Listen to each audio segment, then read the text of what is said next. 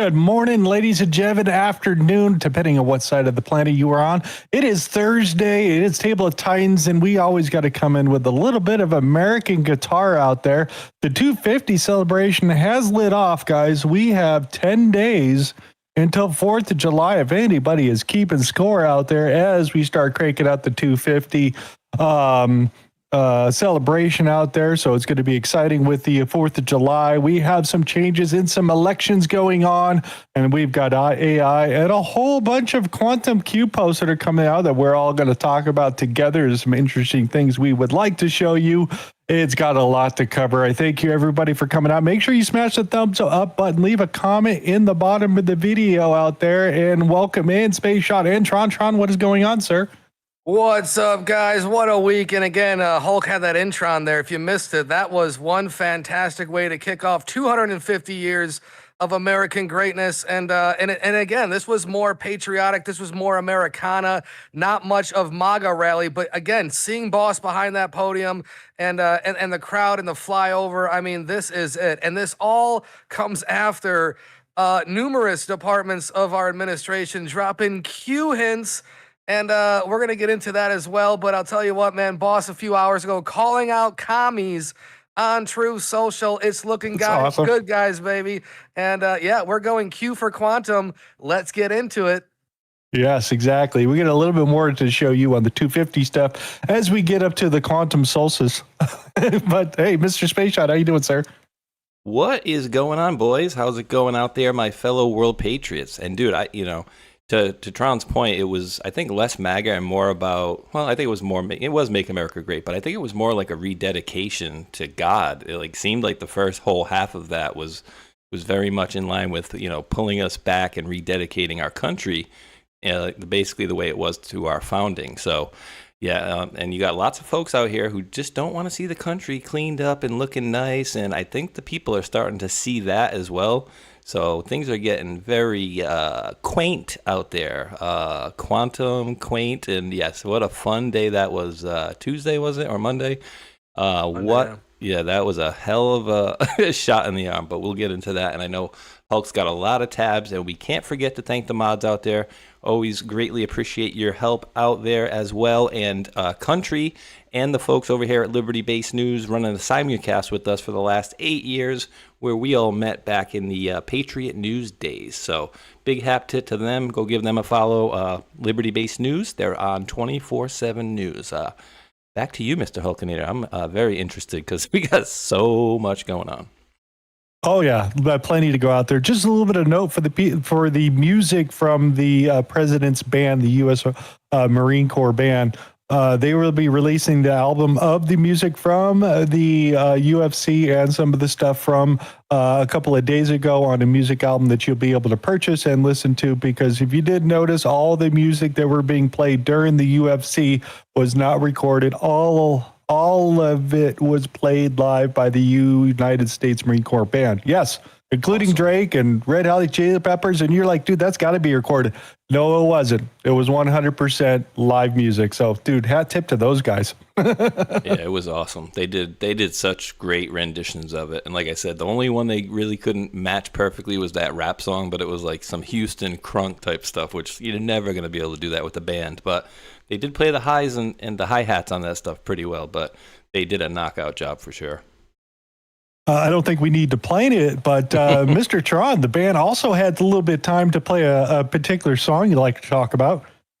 Yeah, guys, this is Nessun Dorma. This is the finale of Sum of All Fears, where the deep state gets wrapped up via world diplomacy. And this is a song that Dan has dropped several times on Instagram, Twitter. It's always that kind of a reference.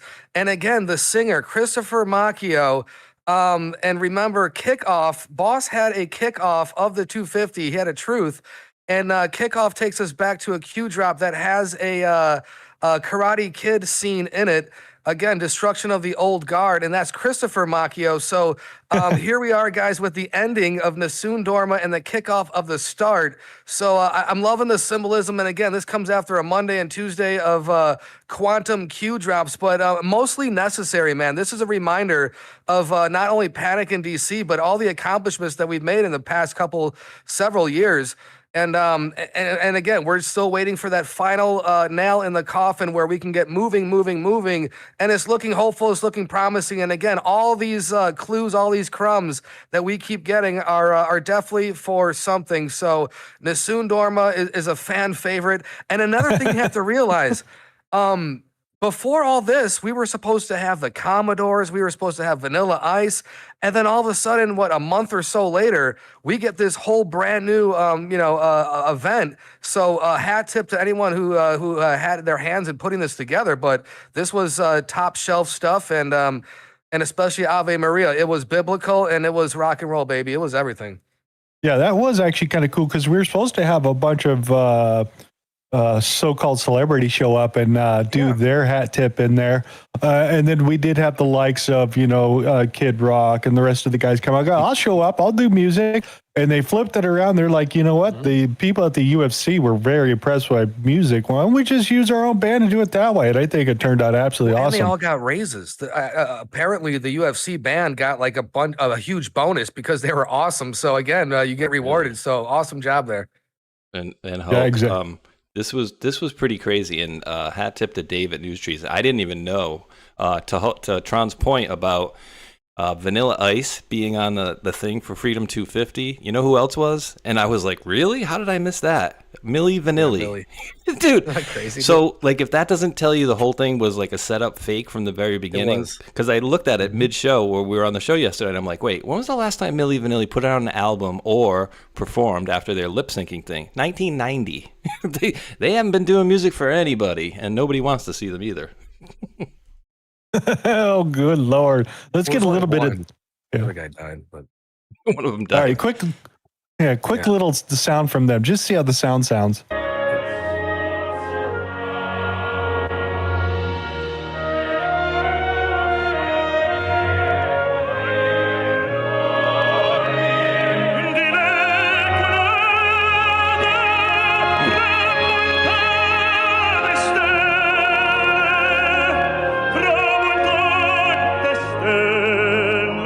I mean, that is pretty impressive, guys. We got to go here. Sing it! Sweet home He was a little firecracker. Where the skies are so blue. All right, they're rocking out there, dude, putting the music together, dude. I really enjoy a lot of that was out there.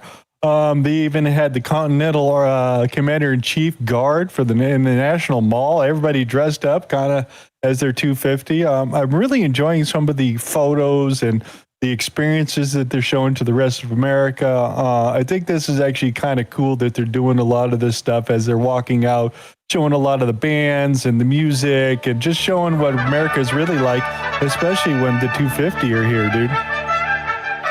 Is this the beginning of like football? Or the Olympics or something like that? I think they used to do it at the Olympics in the beginning.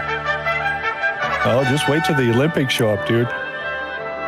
And the thing that caught my eye is the photos that are up on the screen there.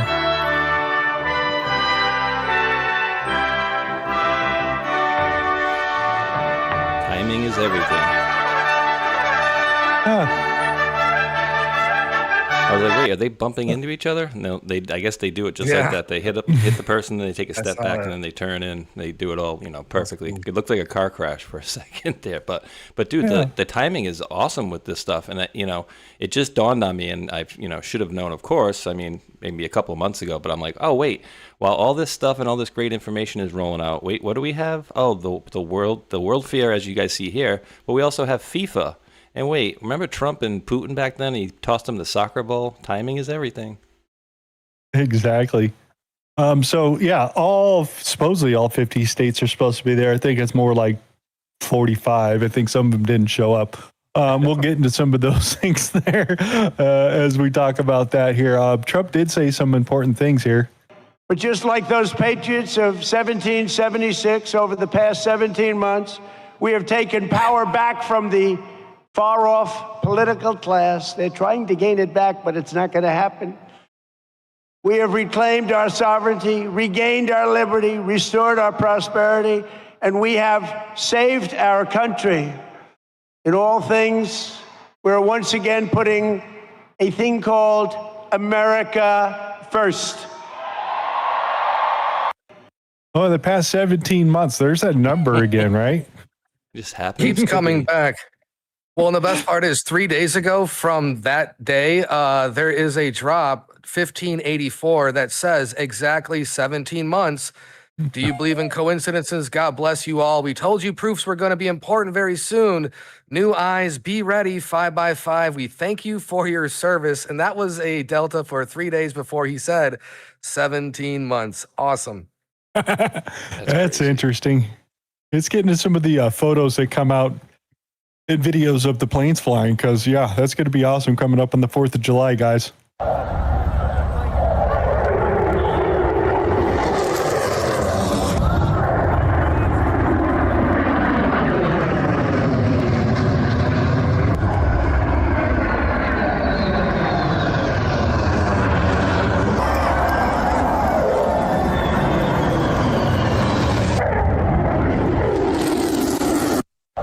That was it for those guys out there as they were rolling over DC this week. Got them all put together. There's the National Mall one.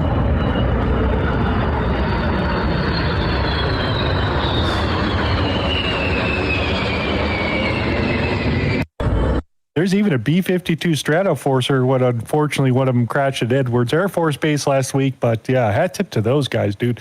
Digging all the planes, really enjoying that. I mean, just some of the photos coming up from DNI Pulte. That's badass, dude.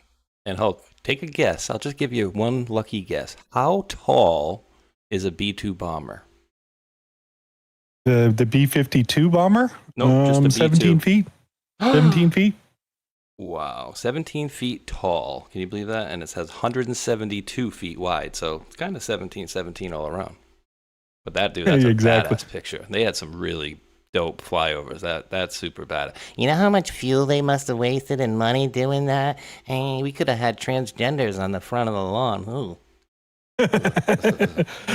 So yeah, the fair is all the way around the National Mall with their temporary Ferris wheel out there, and of course, some of the states didn't show up. And Maine, all they have showing on their status some chairs and a fern. That's about it. That's all that's in there. So yeah, America is back. Pulte, we're gonna get back to you over here just a little bit. Yeah, go ahead. America. I want to throw this out there from the Flighter group. Well, I want to draw attention to all the people that are involved in making this flyover possible, not just Air Force personnel, but also civilians. From the time that Joe and I took off at Martin State, we held for about 20 minutes somewhere outside of the city, and we got to be very close to the B-2s that were in just 1,000 feet above us, and we got to wave hi to them as we were waiting for our position to go fly in. And a lot of coordination leads up to that 4-second moment when the airplanes are overhead, and we hope that everybody, when we went by, felt inspired as we were inspired as well. I don't think there was a dry eye on either of those F-16 cockpits when we flew away. And I said on the radio to everybody listening, long live the Republic, and God bless America. Thank you very much. And it was a very special opportunity for Joe and I.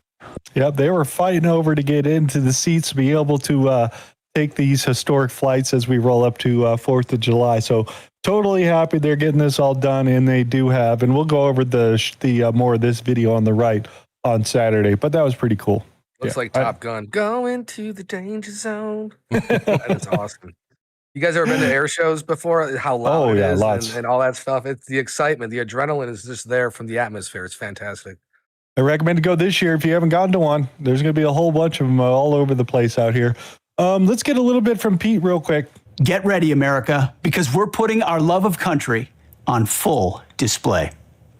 I want you right there with me on the National Mall for the Salute to America celebration on July 4th in Washington, D.C. Fittingly, we are marking 250 years of grit and glory with inspiring music and a record-breaking fireworks show that will light up the entire world. This is where we show everyone that the American spirit is stronger than ever before. This is Freedom 250. Don't miss it.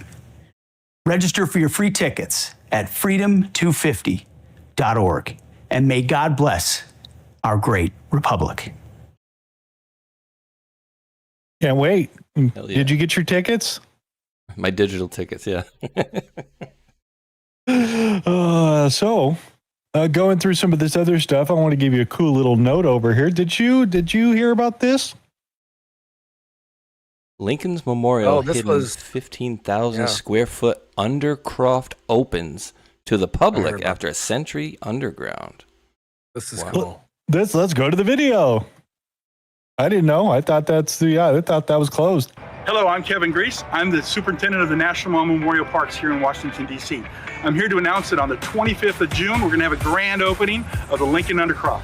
What's a Lincoln Undercroft? It's a museum that's underneath the Lincoln Memorial. 15,000 feet of exhibits, physical interactive exhibits, videos, bookstore, the Emancipation Proclamation, the 13th Amendment, original ones signed. We have graffiti from the original workers back in the 1920s. What is the graffiti of? Well, you got to come on down and find out. 25 June, Lincoln Undercroft under the Lincoln Memorial. Come on down. Yeah, I didn't know it existed. Didn't know that they were putting a museum in there. And surprise, surprise, surprise! It is open now, and you can go there. It's like For $2. Nicolas Cage in that movie National Treasure, right down there. Find Yeah. out. Probably some crumbs, dude. Some maps, Looking for some glasses some booty. out there. Just a quick view. I don't want to listen to these people talk out here. But I just thought that was cool. That's the view from the Ferris wheel side. If anybody is wondering out there, as it goes back towards the Capitol out there, and they're really celebrating out there. And then you can see the stage where they were going to hold the event and all that. So I just thought that was cool looking. And then they showed Maine's area where they're showing their state capitol, and it's 2 chairs and a fern. That's it. That's all they got. Yeah. As long as we're pointing this out, we might as well throw one more last song in there.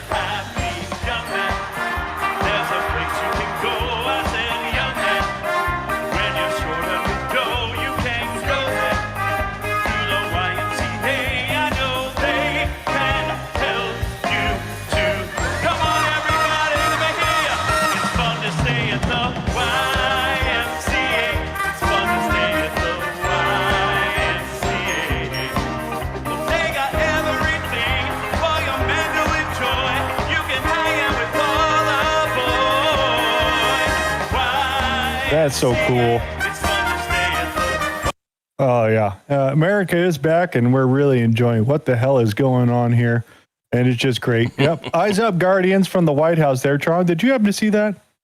Yes, and do you know what video game that comes from? Oh wait, Tekken?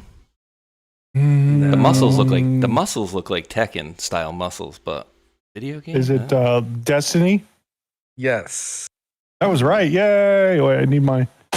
Oh, that's not it. And if you notice below POTUS on the sign, there is a plus there, which means, yep, you got it right. Q plus, baby. Where'd you Q see plus. POTUS plus? Oh, because of the plus sign down there.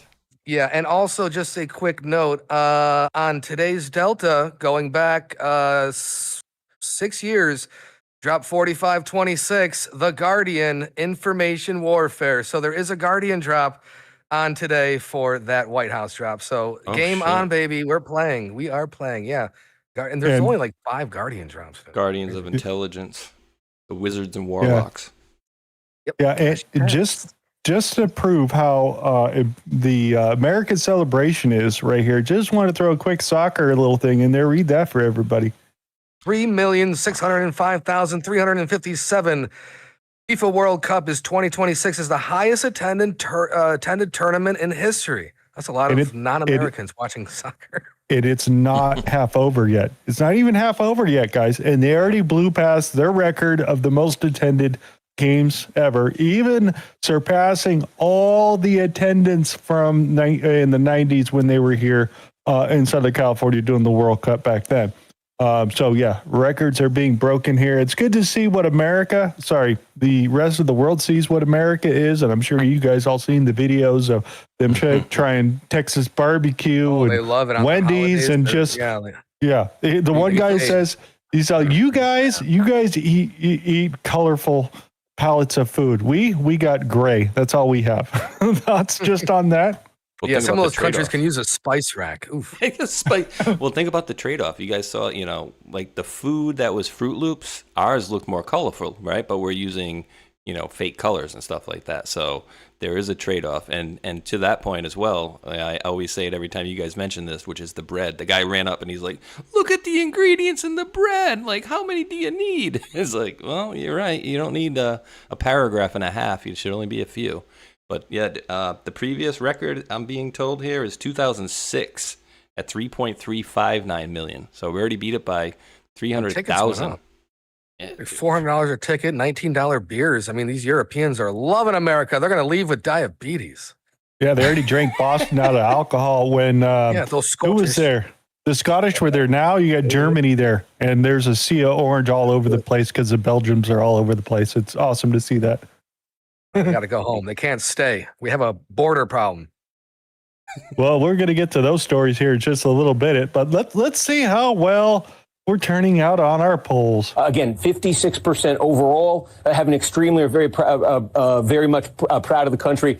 It's 29% among Democrats. It's 90% among Republicans. Look at that staggering gap between the parties. Look at it on the other end here. Only a little or not proud at all. It's 36% among Democrats. That number among Democrats, it's higher on the low end there than it is on the extremely proud end, and it's only 3% for Republicans. So a massive partisan divide on that question of being proud to be an American. Again, 56%. That's some interesting numbers about what it takes to be proud of America.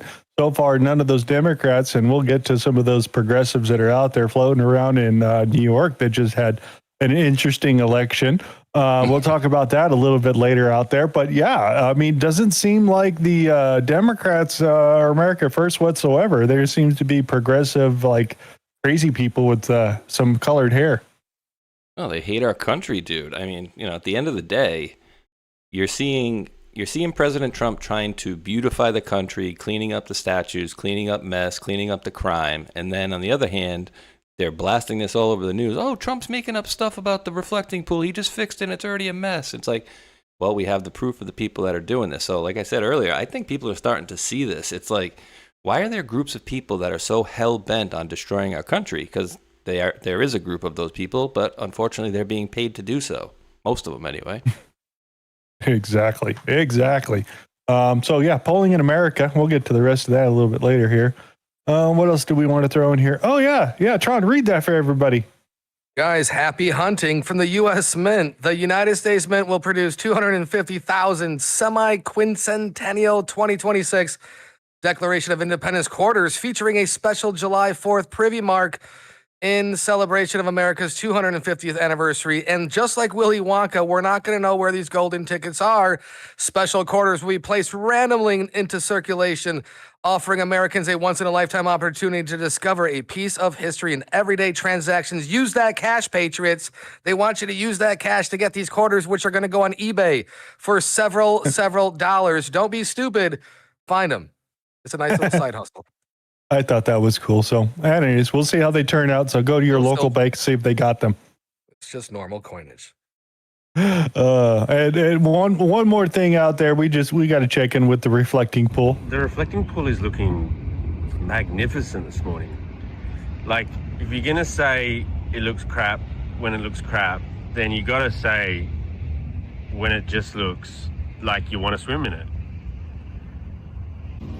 There was a hiccup, but maybe. So the biggest thing is the reporting in court cases and stuff. They've already arrested a couple of people already for damaging said covered liners, what they're calling it, because it did get supposedly cut with a sharp object and then poured corrosive acid in the inside and dislodged large chunks of the said bottom of the reflecting pool. And people kept coming over and pulling on it, and there have been arrested people for like the last week. So yeah, that's what seems to be going on there. And I wanted to make funny of it because the reflecting pool algae surges ahead of Kamala Harris in the 2028 Democratic presidential polls, just in case you're wondering who's running out there. This is how you get the left to start watching the water, right? It works both ways. So got him.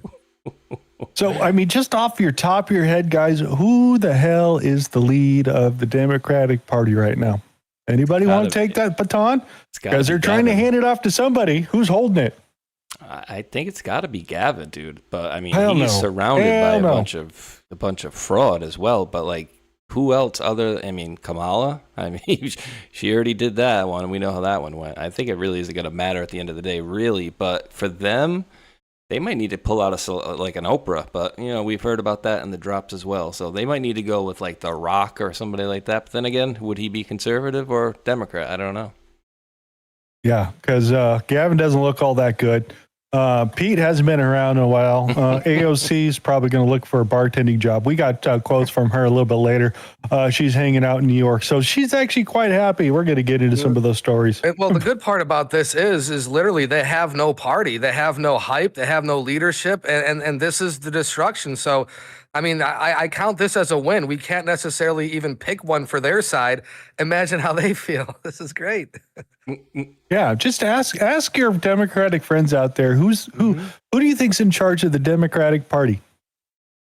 Yeah, might as well rip the Band-Aid off this one. Hey, we ran by one of these here. We got an actual Q post out there, and I would like to tip the White House out here 100% of mirroring what was on QAG's website out there, getting really accurate out there with the wrenches and the different things over here that you can only find on the website itself. So yeah, that's absolutely great that they got it out there, looking like a little bit of a Q post out there, and it did show up with Mr. 47 there.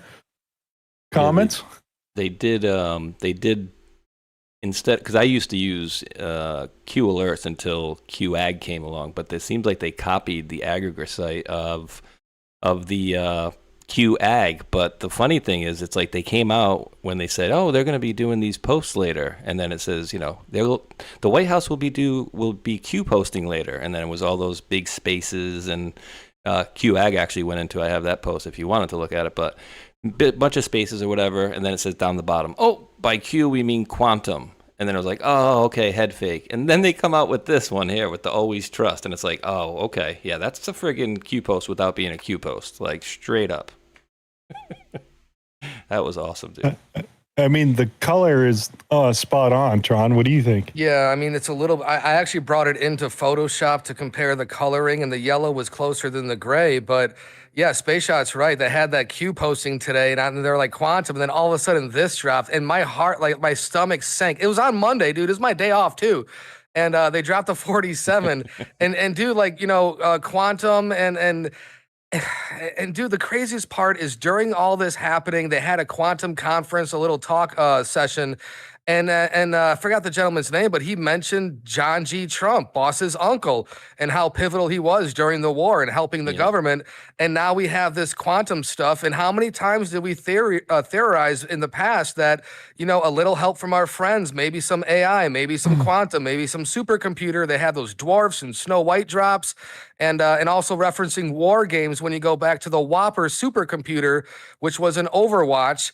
And this is just fantastic that this is the Streisand effect. This comes right before Boss takes stage at that America 250. We have, 9 days left before Independence Day. So this is just the equivalence of Elon Musk dropping that Q video on the day before. Yeah, you got that too. So this is a hat tip to not only the movement, but further direction, man. A little bit of humor goes a long way.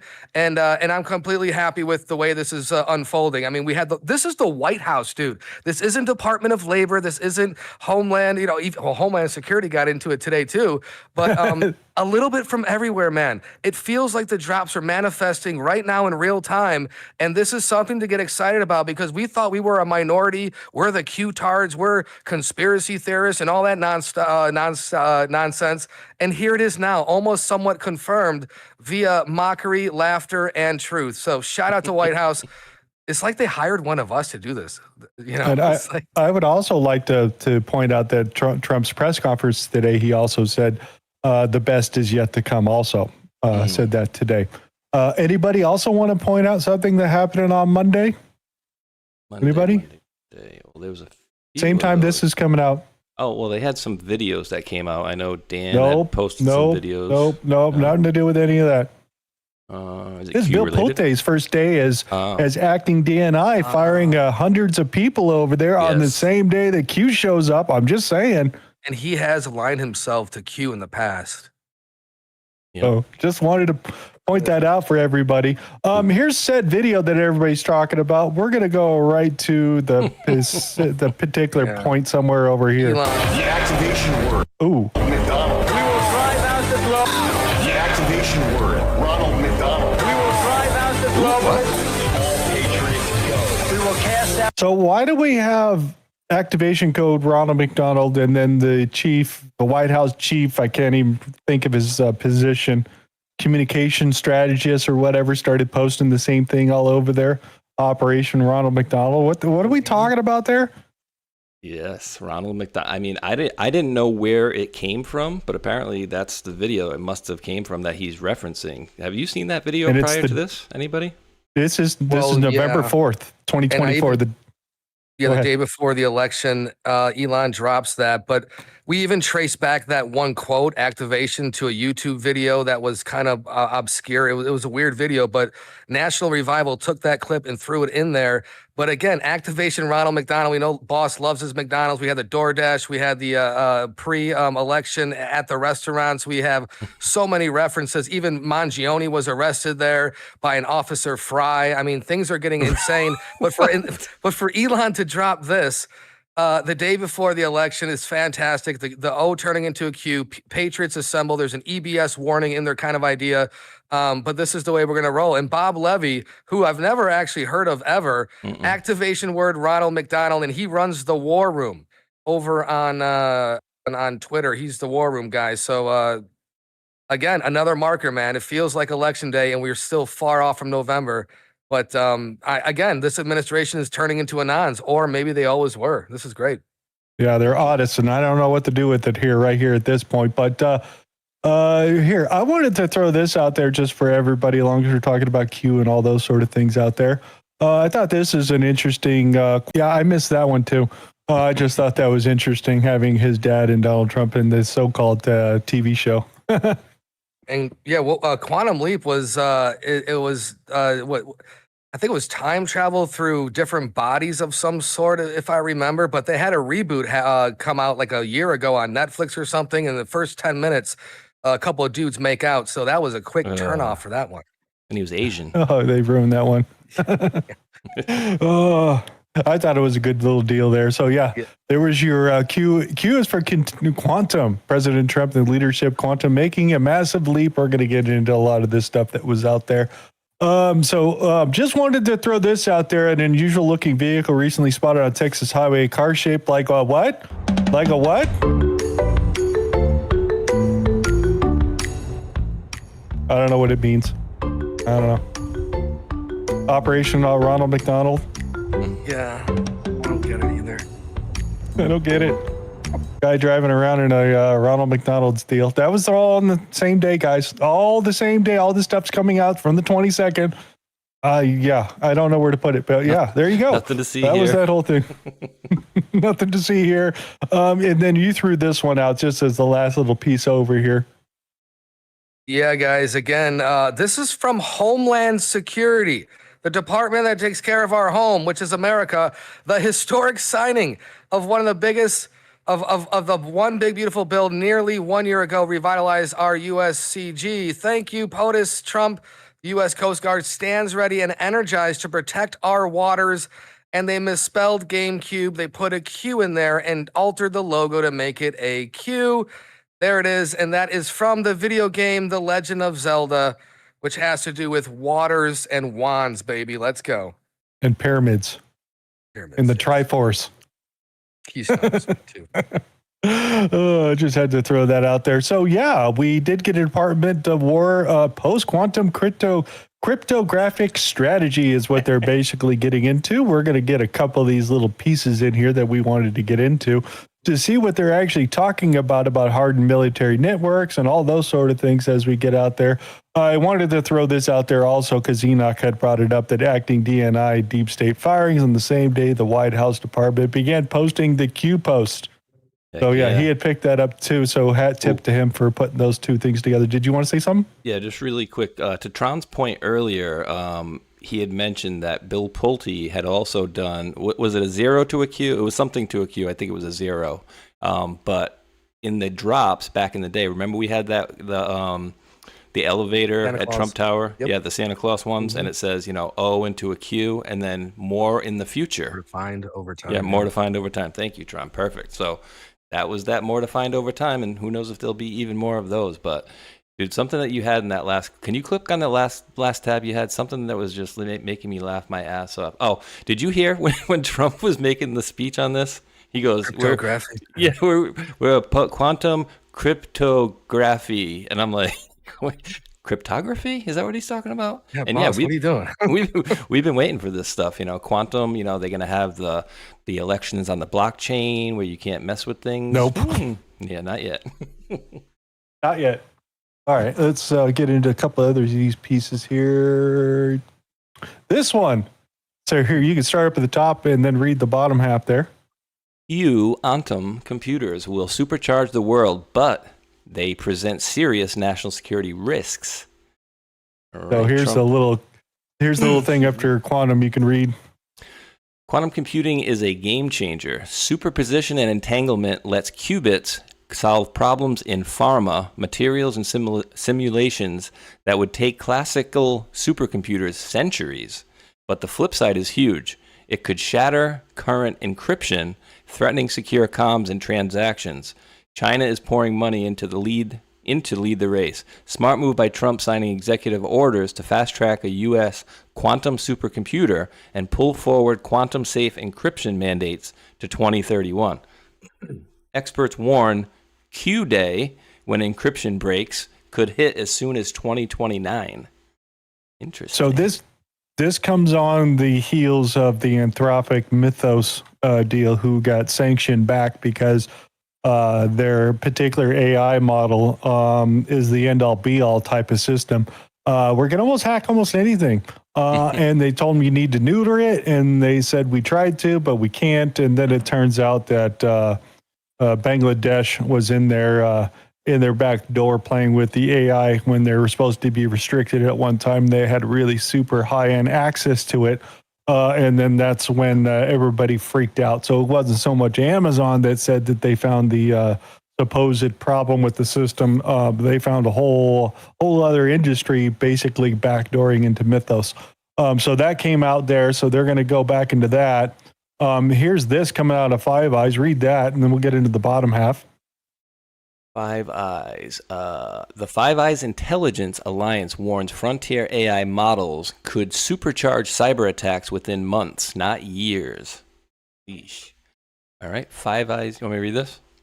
Yep. Five Eyes issued a serious warning on June 22nd, 2026. Frontier AI models will supercharge cyber attacks. AI lowers barriers for attackers. Time from vuln discovery or vulnerability discovery to exploit, years now down to months. AI boosts both offense and defense. Cyber risk is now a top leadership issue. Act now, reduce attack surface, patch faster, fix legacy systems, strengthen identity, and prepare for incidents. Full statement comes as U.S. restricts Anthropic's advanced models over hacking risks. Yeah, scary stuff, dude. They are really scared about this getting out of the box and being fed over to our allies, who can turn this around and basically enemies hack our own systems. Especially when the banks are like, money won't matter. Then if they can hack all this and take down a bank and destroy money, yeah, that's basically what they can come to. Destroy markets, money. It would be worth absolutely nothing there at that point. So that's one of the interesting things that they're trying to use a lot of that cryptography, which they did ban CBDC from the banking system. So no more digital bank currency crap. That's all gone. They're going to stay with the stable coins, but how they institute some cryptographic with the stable coins in your account, they know who you are, is going to be an interesting thing on how they're going to pull that thing together. Yeah, so Mythos, which is, I just said it, Anthropic, is basically on the ban list that they can't release their newest model that's out here. Oh, it was Alibaba, sorry. Alibaba's distribution into China that was backdooring Anthropic's Mythos AI model out there, and they had been using it since it came out. Just like the guys over in that Discord that said they were access to it right as soon as it got out, and you're not supposed to have access to it, but some guys in Discord had access to it. So did the whole group over here. So, yeah, they're really worried about what's going on over here, and they put a pause on all this. And You basically have to ask the U.S. government if they're going to release any of the new frontier models as they come out so they could take a look at them. But they're just going to only get better. And it's only a matter of time for somebody else on the planet to come up with another model that is just as powerful as this, that overshadows anything that Anthropic was shown to hold in the closet for a little bit longer, if you know what I mean. Hold it in the closet. Dude, yeah, this stuff's scary. Whoever gets to that point of, complete unlock wins everything, right? Because then that AI can get into anything, look into anything, move things around and lock people out, I'm sure. Oh, yeah. And make up all news and stories and all those sort of things. Creative writing assignments, if it really wanted to pin something on you, it could. How are you going to prove it not? It can. Think about it. They have. And they have. That's the crazy part of it. They've exhibited the fact that they will do for self-preservation whatever it takes. Well, just that they've used it to hide crimes or invent crimes, making up phone calls, call lists, emails, all those sort of things, propagated right out to the internet when it was never there. They use AI to do it and then pin crimes and other things on other people. Those are all possibility things. On the other side of this, you want to take a crack at those two? Certainly. Justin, who is this Justin guy I always hear about? But anyway, Trump is reportedly backing a $17.5 billion with a B nuclear push aimed at speeding construction of 10 new Westinghouse reactors across the United States. Hulk's response is Trump admin just announced $17.5 billion in loans via Department of Energy, Office of Energy Dominance financing for 10 new Westinghouse AP1000 reactors, structured as up to 5 loans supporting two reactors, paired projects, utilities, Westinghouse partners to contribute $1 billion equity per project, total of up to $5 billion equity. This funds long lead items like reactor pressure vessels and steam generators at fixed prices to de-risk and accelerate. Not full construction loans. Each AP 1000 is 1.1 gigawatts. Total 11 gigawatts, enough for nearly 10 million American households. What? Timeline goals. Construction starts on all 10 by 2030, operations in the mid-2030s, builds directly on lessons from Voltal 3 and 4 to avoid past delays in supply chain COVID issues, driven by surging electricity demands from data centers, hyperscalers, AI and cloud. Energy Secretary Chris Wright noted tremendous interest. Westinghouse has letters of intent with 7 potential utility energy partners. Department of Energy will select 5 sites. Part of Trump's executive order on reinvigorating the nuclear industrial base aims to quadruple U.S. nuclear capacity in 25 years. DOE calls it very, very low risk to taxpayers. NRC needs to move fast. 23% poly market odds for a new reactor combined license in 2026 feels too low now. Energy abundance equals or over to energy poverty. AI Sentry needs reliable 24/7 clean power. Yeah. How about that free energy stuff, dude? That'd be good. Yeah, well, we're going to get to that. But on this side of the system, as they're pushing Westinghouse to do those small modular reactors, they're about 1 gigawatt or kilowatt. Anyways, the big one number. The one that they put in Utah back in November has already got approval today to go ahead and put the nuclear material into and fire it off and start doing final testing and all those sort of things. As these commercial reactors start to come online. The one that's over there on the military base in Utah has been there for a while and it's cooking. So they're on to their first commercial release of there. And they even had the department lead come down and physically sign it there on Monday. So these are good, positive things that are coming out here. Lockheed Martin over here, I thought this was interesting. We're developing a laser weapons system to support the Golden Dome for America, ready to defend the U.S. and allied forces. Combined with our platform integrations expertise, these systems are designed to defeat a growing range of threats to military forces and infrastructure. So Golden Dome is going down, and this guy's over here. So these guys are all hiding the working compact fusion reactors that we already know that they already have patents on, and that the U.S. government is already currently using. And we're going to slowly start seeing, because if everybody remembers the Trump administration, the Trump Media Group brought into the other fusion company that does a cold fusion based system. Doesn't need any of the expensive magnets or any of this dirty nuclear fusion or any of that. It's a lot cleaner, and they're starting to do their first 50 gigawatt plant as they do a cold fusion that's out there. So this stuff is out in the ether, but nobody wants any of this stuff to come out immediately, because that just destroys the dollar. I mean, if everybody thought in their head for a minute is how the world would change if I'd never, ever, ever had to pay for power again. Ever. Mm-hmm. It's coming. I mean, I had a friend in high school. His father did, I think I said this before, geothermal and solar, and he was the only house that literally lived off the grid. And it was very advanced at the time, but I mean, this technology has existed since Nikola Tesla, and I think this is where John G. Trump, boss's uncle, comes in. If we want any of this free, quote unquote free energy, this is what they had in store for us many years ago, before the the industrial military complex, and also, of course, our energy policies with oil plus. This is part of the taxation. We've had this technology forever. And again, if we're going to do it, now is a chance, man. 250 years of America. Let's bring some of this technology. You lied about the flying cars. Give us the free energy. It's only fair. Yeah. I think in a couple of years, we'll start to see a big impact into the American energy market with some of these things that are coming through here.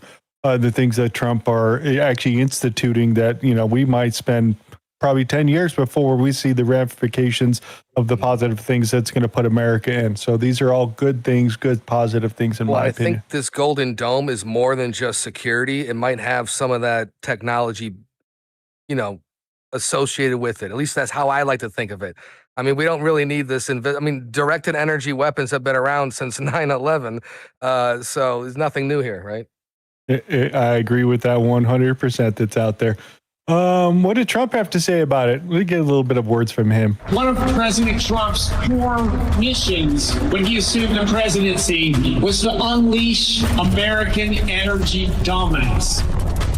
We're going to have nuclear reactors critical by July 4 of this year. Signed an order directing and approval of many new nuclear reactors. Here it is. It's phase one. Very big phase, very important phase.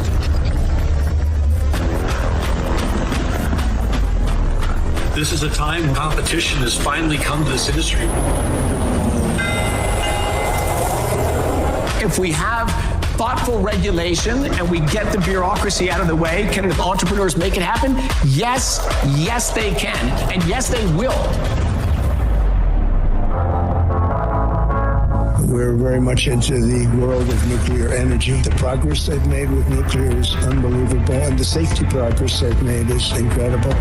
As I stand here today, we look to be on track to have 3 next-generation nuclear reactors running by July 4 of this year.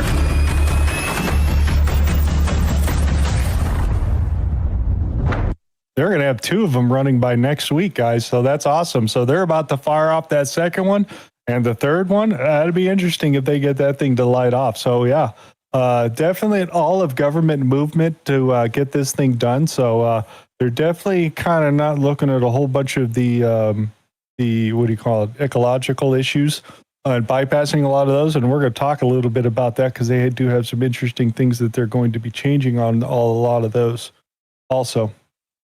So yeah, this is the other one. This is Alto X Campus. U.S. Secretary of Energy Chris Wright signed the approval to turn on this critical test reactor.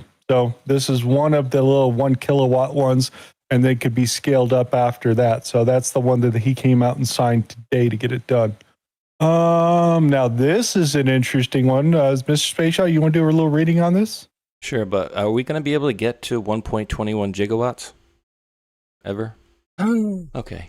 Let's see. Breaking news. The U.S. Army will allow several companies to build critical minerals processing plants at military bases. Here we go. Hulkinator says U.S. Army launches historic critical minerals push on military bases. The Pentagon is leasing underutilized land on Army bases to build processing plants for rare earths, graphite, lithium, and boron. First time ever using enhanced use leases up to 50 years. The deals.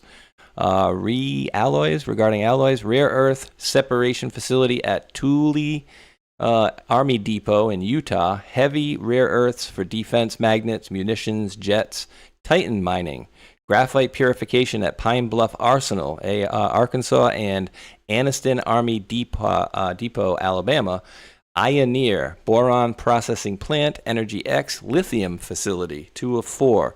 Why on military bases? Bypasses local zoning and permitting delays, built-in security and control, direct on-site military stockpiling, private companies finance, build and operate. Goal, reduce reliance on China, for materials critical to fighter jets, missiles, electronics, and national defense.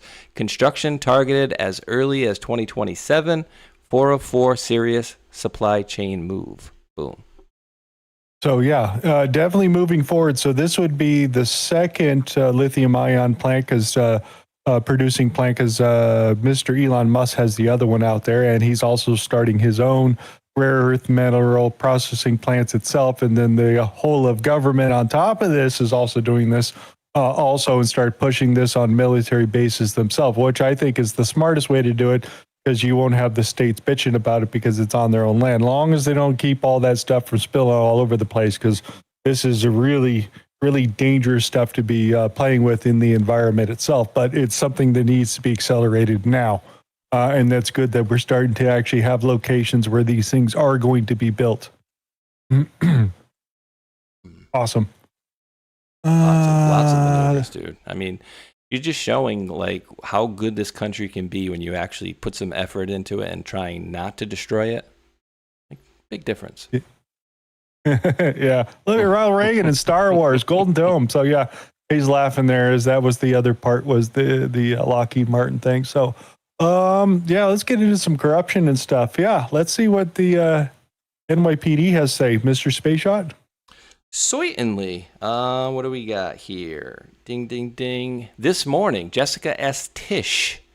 This morning, members of the NYPD's Internal Affairs Bureau and the FBI executed search warrants as part of a criminal investigation being pursued by the NYPD, FBI, and the U.S. Attorney's Office for, yes, the SDNY, Southern District of New York, a district we've become very familiar with.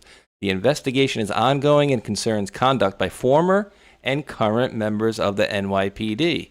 When I became police commissioner, I promised New Yorkers that under my leadership, the NYPD would conduct itself with integrity and that there would be a thorough investigation of any claim that members of service failed to meet that standard.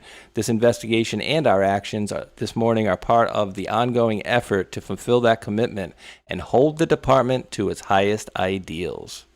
Interesting. So the two things, maybe it's associated with Tisch and, them going after Trump and all those sort of things that we talked about before, or this is the group that was helping Diddy out, that was paying the NYPD to make sure everything became and remained quiet. So that's my two guess. It's either Trump or Diddy that caused this particular issue, and the commissioner and the FBI had to get involved. How far it goes after that, I'm not entirely sure, but there's a big sweep that happened over here in New York. We're all keeping score out there. What else did we want to wait off on? Oh, Supreme Court's coming around out here. So a couple of things that we are waiting for. We're going to talk about some of the things we did get. Was ending birthright citizenship, protecting women's sports and biological males, mail-in a ballot deadline, checks on executive power. Those are some of the things we're supposed to be waiting for as we're holding out. Would you... Oh, I thought this was a great little read. Here, Mr. Space Shot, would you read this for people? Why, certainly. I thought this is kind of cool. History with Jacob. The Supreme Court has some wonderfully quirky traditions, from only drinking wine when it's raining to a basketball court on the top floor. When the justices meet in the conference room, or the conference, to decide cases, it's just the 9 of them. No clerks, no staff, no recordings. If someone knocks on the door, the most junior justice has to get up and answer it. The newest member of the highest court in the land is literally the doorman. or low man on the totem pole, right? That same junior justice also takes notes during conference and serves on the cafeteria committee. But before every conference and every oral argument, each justice shakes hands with the other 8. 36 handshakes. Chief Justice Melville Fuller started the custom in the late 1800s to remind them that disagreement is about principle, not the person. Lawyers arguing before the court are still given white goose quill pens at their tables, just like 2 centuries ago. Win or lose, they get to keep them. Then there's the John Marshall story. His court only drank wine at dinner when it was raining. Marshall would have someone check the weather, and if it was clear outside, he'd declare that in their vast jurisdiction it had to be raining somewhere. They drank anyway. Oh, and there's a basketball court on the top floor of the building. They call it the highest court in the land. Oh, God. Are they playing pickup games or what? RBGs out there dunking. So I just thought that was interesting. And that's on top of all the things about the clerks really running a lot of the back end there. And some of the justices were incoherent or on drugs. And a lot of their underlings were writing a lot of the reports and sending them out. So, yeah, a lot of interesting things to talk about in the history of the Supreme Court out there. So one thing I thought was interesting, and this is the only person that pointed it out, is our great microchip guy over here. I was talking about Dominion Voting Systems has dropped their $1.5 billion defamation lawsuit against Mike Lindell and MyPillow. It says Pulte is coming, because now he's director of the DNI. So I don't know if this got something moving in regards, because we know that previous DNI Tulsi had a election integrity report that needed to come out that we still haven't seen yet. We're waiting. Oh, dude, timing is everything. Again, timing is absolutely everything. And this stuff just seems to be all kind of pulling back in all around this general time frame here, right? Like all the different things we keep getting more and more information on. Seems like by the week, but that's huge. It's like, oh, you were suing me for $1.5 billion, but we're going to drop that. Time for a countersuit. Yeah. And Boss just posted about it an hour ago. So, yeah, this is huge. And this is a quick little glimpse of, the changes we would have noticed if we didn't have that miracle happen in 2024 with the win for us. So, again, Mike Lindell is saved. That's $1.3 billion. And we haven't even seen him in a while. So watch him use this for the springboard to take back Minnesota. This is how the superhero story has to end. That's the only way it has to go. Lindell's going to take Minnesota. It's going to be great. Hopefully. Yeah. He is running for governor of Minnesota right now over Tim Walz, who said he is not running here at this point. So just put that out there. What did we get? Trump can end temporary protection status for Haitians and Syrians, only those 2 particular ones. Migrants arriving at the southern border in Mexico can be turned away, which means if you're an illegal immigrant here in the United States and you go on vacation to Mexico and you come back to the border and the CBP runs you and you're like, oh, you were charged for this and you have an outstanding that or whatever, they can deny you entry now. So they don't need hard evidence to go, this guy is a criminal. They can just do it right there. Go, well, this guy has a criminal history here. We're not going to let you back into the United States. So they're not taking anybody out here at this point, but they can tell you you can't come back in, even though you're American, supposedly a citizen of some sort. Just like Nancy Mace is saying right there, why was any of this ever in question? Like, it's how it should have been. Prohibiting. And then they dropped the Hawaiian gun law. But we're getting to some more particulars on some of those things here.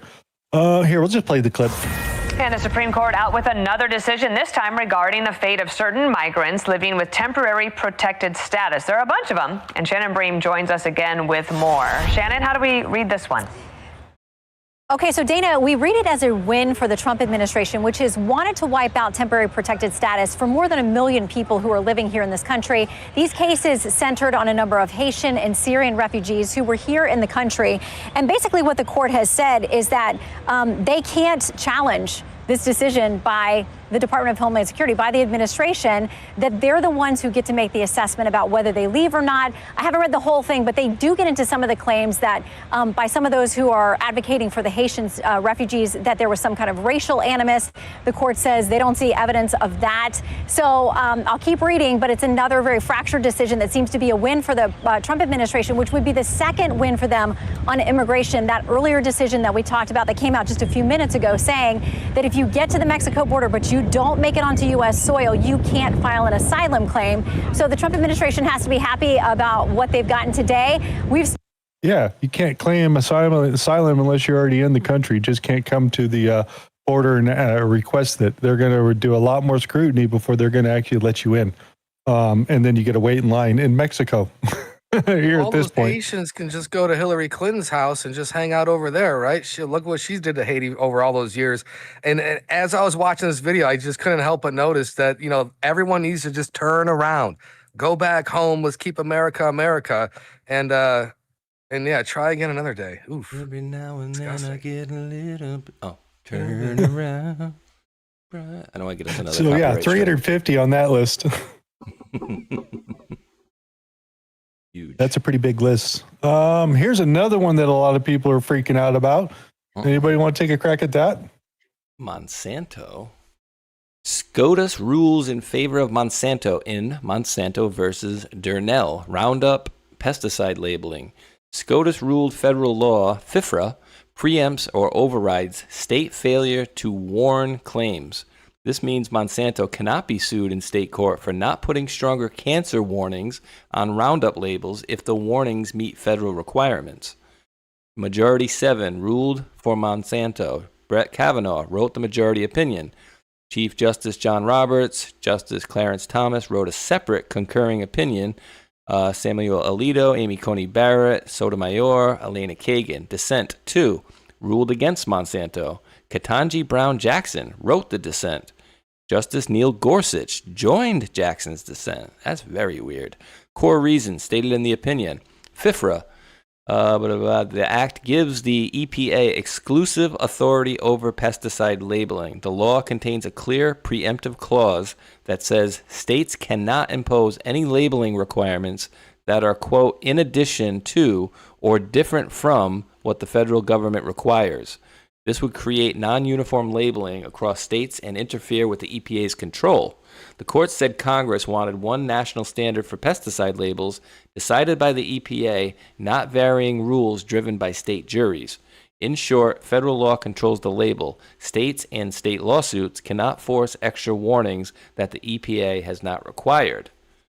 My thoughts, silver lining. So that's good enough. His ChatGPT? So no. The other thing you got to think about is also that Trump added this as a Defense Production Act critical stuff. So here at this point, since our U.S. agriculture uses this in a lot of farming to help control so they don't have to till the fields and all that sort of stuff, they use this. And if they outlawed it tomorrow, it'd take us probably 5-8 years before we could turn the soil back around, because the way that they use this commercialized farming, the soil's kind of dead, so they need this, and they have to use their special nitrates in the system they have keep running right now. If they cut one piece out right now, a lot of the farmers would have to go back to old school, but the fields themselves wouldn't be able to come back as fast enough for it. So I find that interesting that they were doing that. And of course, got to keep people fed. But again, warning labels. What else did we got? Oh, yeah, the Supreme Court struck down Hawaii's private property default rules. So, yeah, they say they were labeling areas you couldn't take a gun into. And then Supreme Court says you could take a gun anywhere in the United States. So those are good, positive things here. In a highly unusual moment at the Supreme Court, Justice Alito gave an impromptu response to Justice Sotomayor from the bench after she read her dissent from the majority opinion in Millen versus whatever. So normally they don't say anything, just kind of hand them out, but they wanted to go out and give a comment about that. So she read her dissent, and then Justice Alito gave a response to her, tell me you're crazy. So I just thought that was interesting. There seems to be a little bit of scruff going on at the Supreme Court today. Little tussle. And it's weird who was seeming to pair up there. Yeah, they did hear some arguments or whatnot here. I just wanted to throw some of this out there for everybody. Yes, Your Honor. If it does that, then is it not necessary for there to be, for equal protection purposes, if that is challenged under the Equal Protection Clause, an understanding of what it means to be a boy or a girl or a man or a woman? Yes, Your Honor. And what is that definition? For equal protection purposes, what does it mean to be a boy or a girl or a man or a woman? Sorry, I misunderstood your question. I think that the underlying enactment, whatever it was, the policy, the law, we'd have to have an understanding of how the state or the government was just understanding that term to figure out whether or not someone was excluded. We do not have a definition for the court. And we don't take issue with we're not disputing the definition here. What we're saying is that the way it applies in practice is to exclude birth sex males categorically from women's teams, and that there's a subset of those birth sex males where it doesn't make sense to do so according to the state's own interest. Well, how can a court determine whether there's discrimination on the basis of sex without knowing what sex means for equal protection purposes? I think here we just know that we basically know that that they've identified pursuant to their own statute, Lindsay qualifies as a birth sex male, and she's being excluded categorically from the women's teams as the statute. So we're taking the statute's definitions as we find them, and we don't dispute them. We're just girls. That's some interesting Jenga right there. I mean, if you think about it, they're basically saying that we can't define it, what it is, a boy or a girl, but we can tell you that you're wrong. Nothing wrong about that. I mean, they're trying to do is take these like very rare situations, right? Like you might have, there's a very small part of the population that may have like a hermaphrodite or something along those lines, right? Very, very small. And they're trying to make it like the whole point of it, right? And what we're trying to do is like, I'm wondering why I don't see a bunch of women jumping into men's sports or, guys pretending to be the opposite, essentially. Why? Because there's no benefit to it, right? Why don't we see a bunch of that? Because they would never make the teams. It's just complete BS. Yeah, so we'll see if the Title IX still holds out there. Did want to put a little bit of history back in here because Eagle Barton, I went and checked him, see what he was talking about. And you can be in the middle of a hurricane, or you can be on a calm day. North is still north. You could be in a thunderstorm. North is still north. People can yell at you. North is still north. It doesn't change fundamental things. And in this business, right is still right, even if you stand by yourself. You can be in... I like how he said that. So yeah, goat indeed. Yeah. Lynching. This is a high-tech lynching. That was... And dude, he went through it. I mean, dude, I don't know if you remember, do you remember hearing about that story as a kid? And I completely bought the whole thing, not knowing anything about media. I'm like, what a disgusting guy. He started talking about pubic hairs in a Coke can with this lady. And I'm like, oh, now that we go fast forward, we're like, oh my God, they Kavanaugh'd him. This was another interesting decision too. You want to read that for everybody? Shoitly. Supreme Court clears Exxon bid to recover seized Cuban assets. Alton Wallace to Center Square. A U.S. Supreme Court decision on Tuesday cleared a legal path for ExxonMobil to sue a Cuban state-owned conglomerate over energy infrastructure seized during the 1959 Cuban Revolution. In a 6-3 vote, the ruling by the High Court establishes a firm judicial precedent that allows American companies to use U.S. courts to seek judicial remedies for assets confiscated by the Cuban government. Writing the majority opinion, Justice Brett Kavanaugh noted Congress designated the 1996 Helms-Burton Act to target Cuban government agencies and state-run companies that confiscated assets of U.S. corporations. The Cuban energy company Corporación Cemex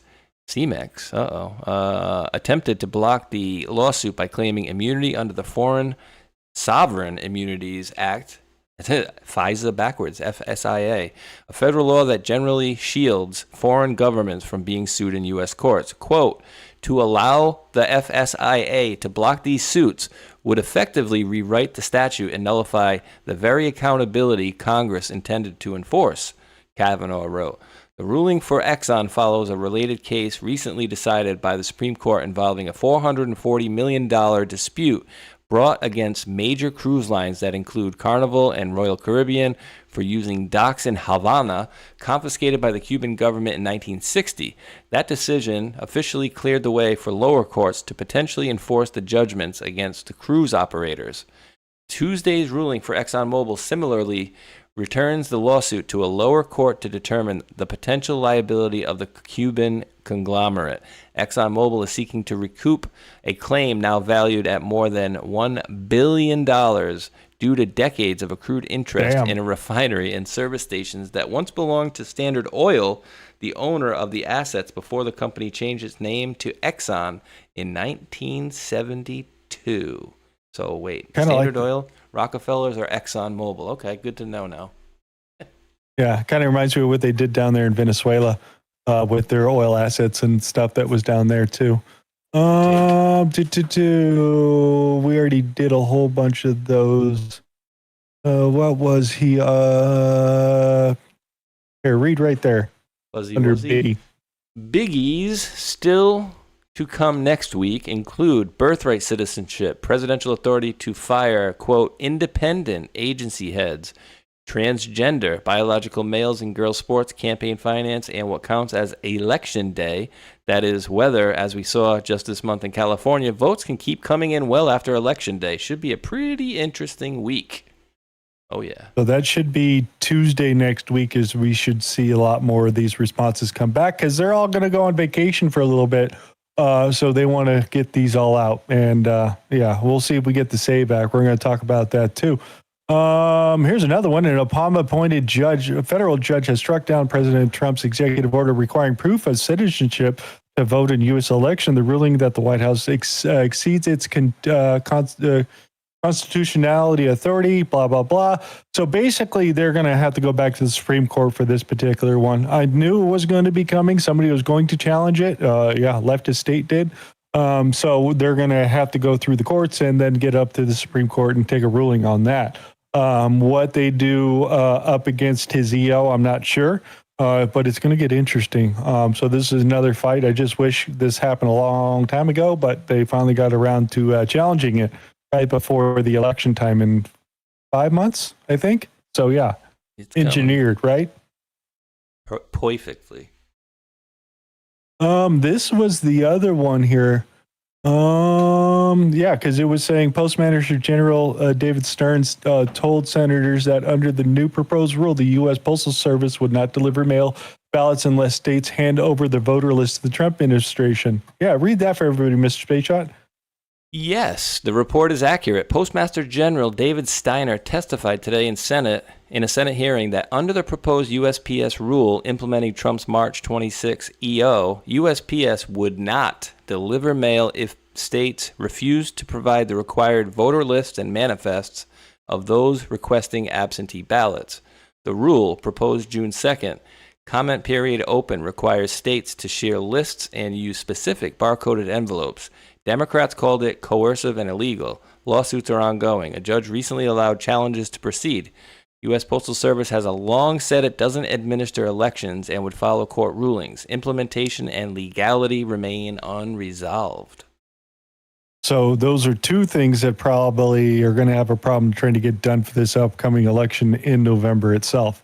So we do got two big giant speed bumps, and those would be those two particular things that we're looking at that I don't think could be instituted into law here at this point. We'll see, unless Congress gets their act together and make it some sort of law, but you know how that always goes around, right?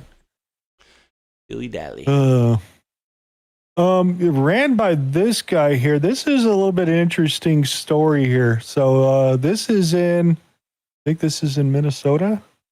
Yeah, this is Minnesota, guys. Minnesota. The northern Minnesota election judge who let 11 unregistered voters cast ballots in the November 2024 general election will serve 30 days in jail.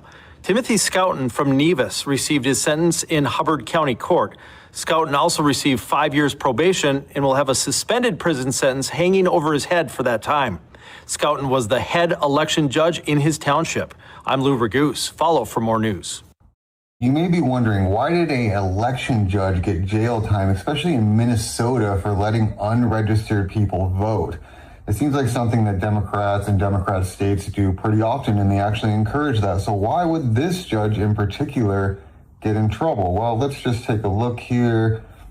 Is he a Republican? We're not going to really say that, but the area is a strongly Republican-leaning area. So there's a good possibility that maybe this election judge got in trouble because he's in a...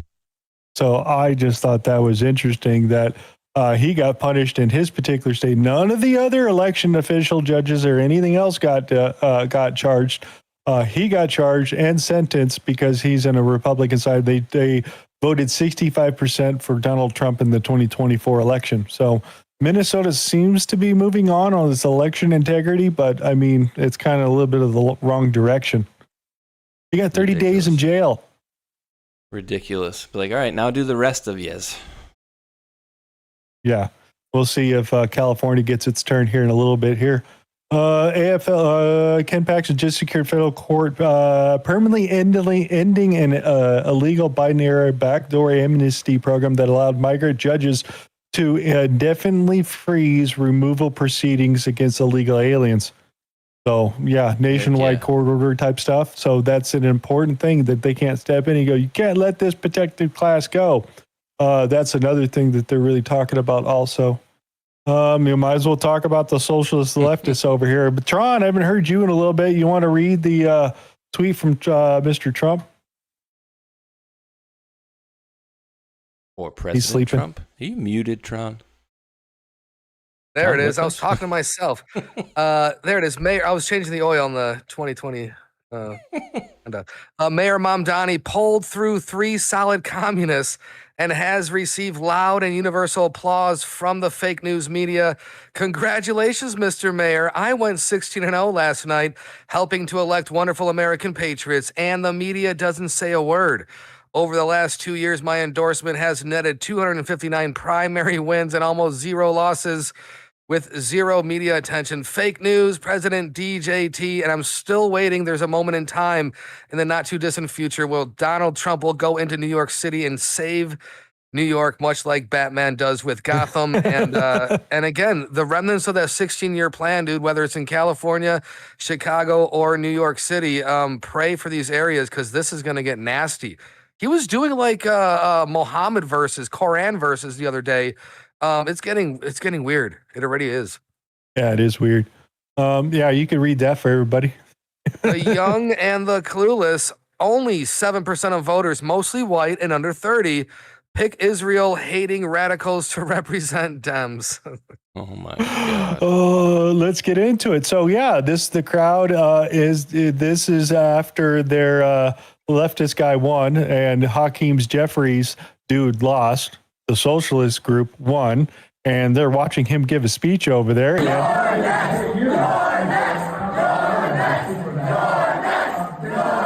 They're saying this for Hakeem Jeffries.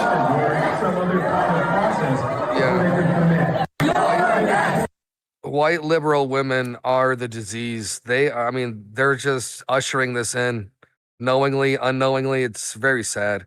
Here's another one for you. It's the chanting in the back.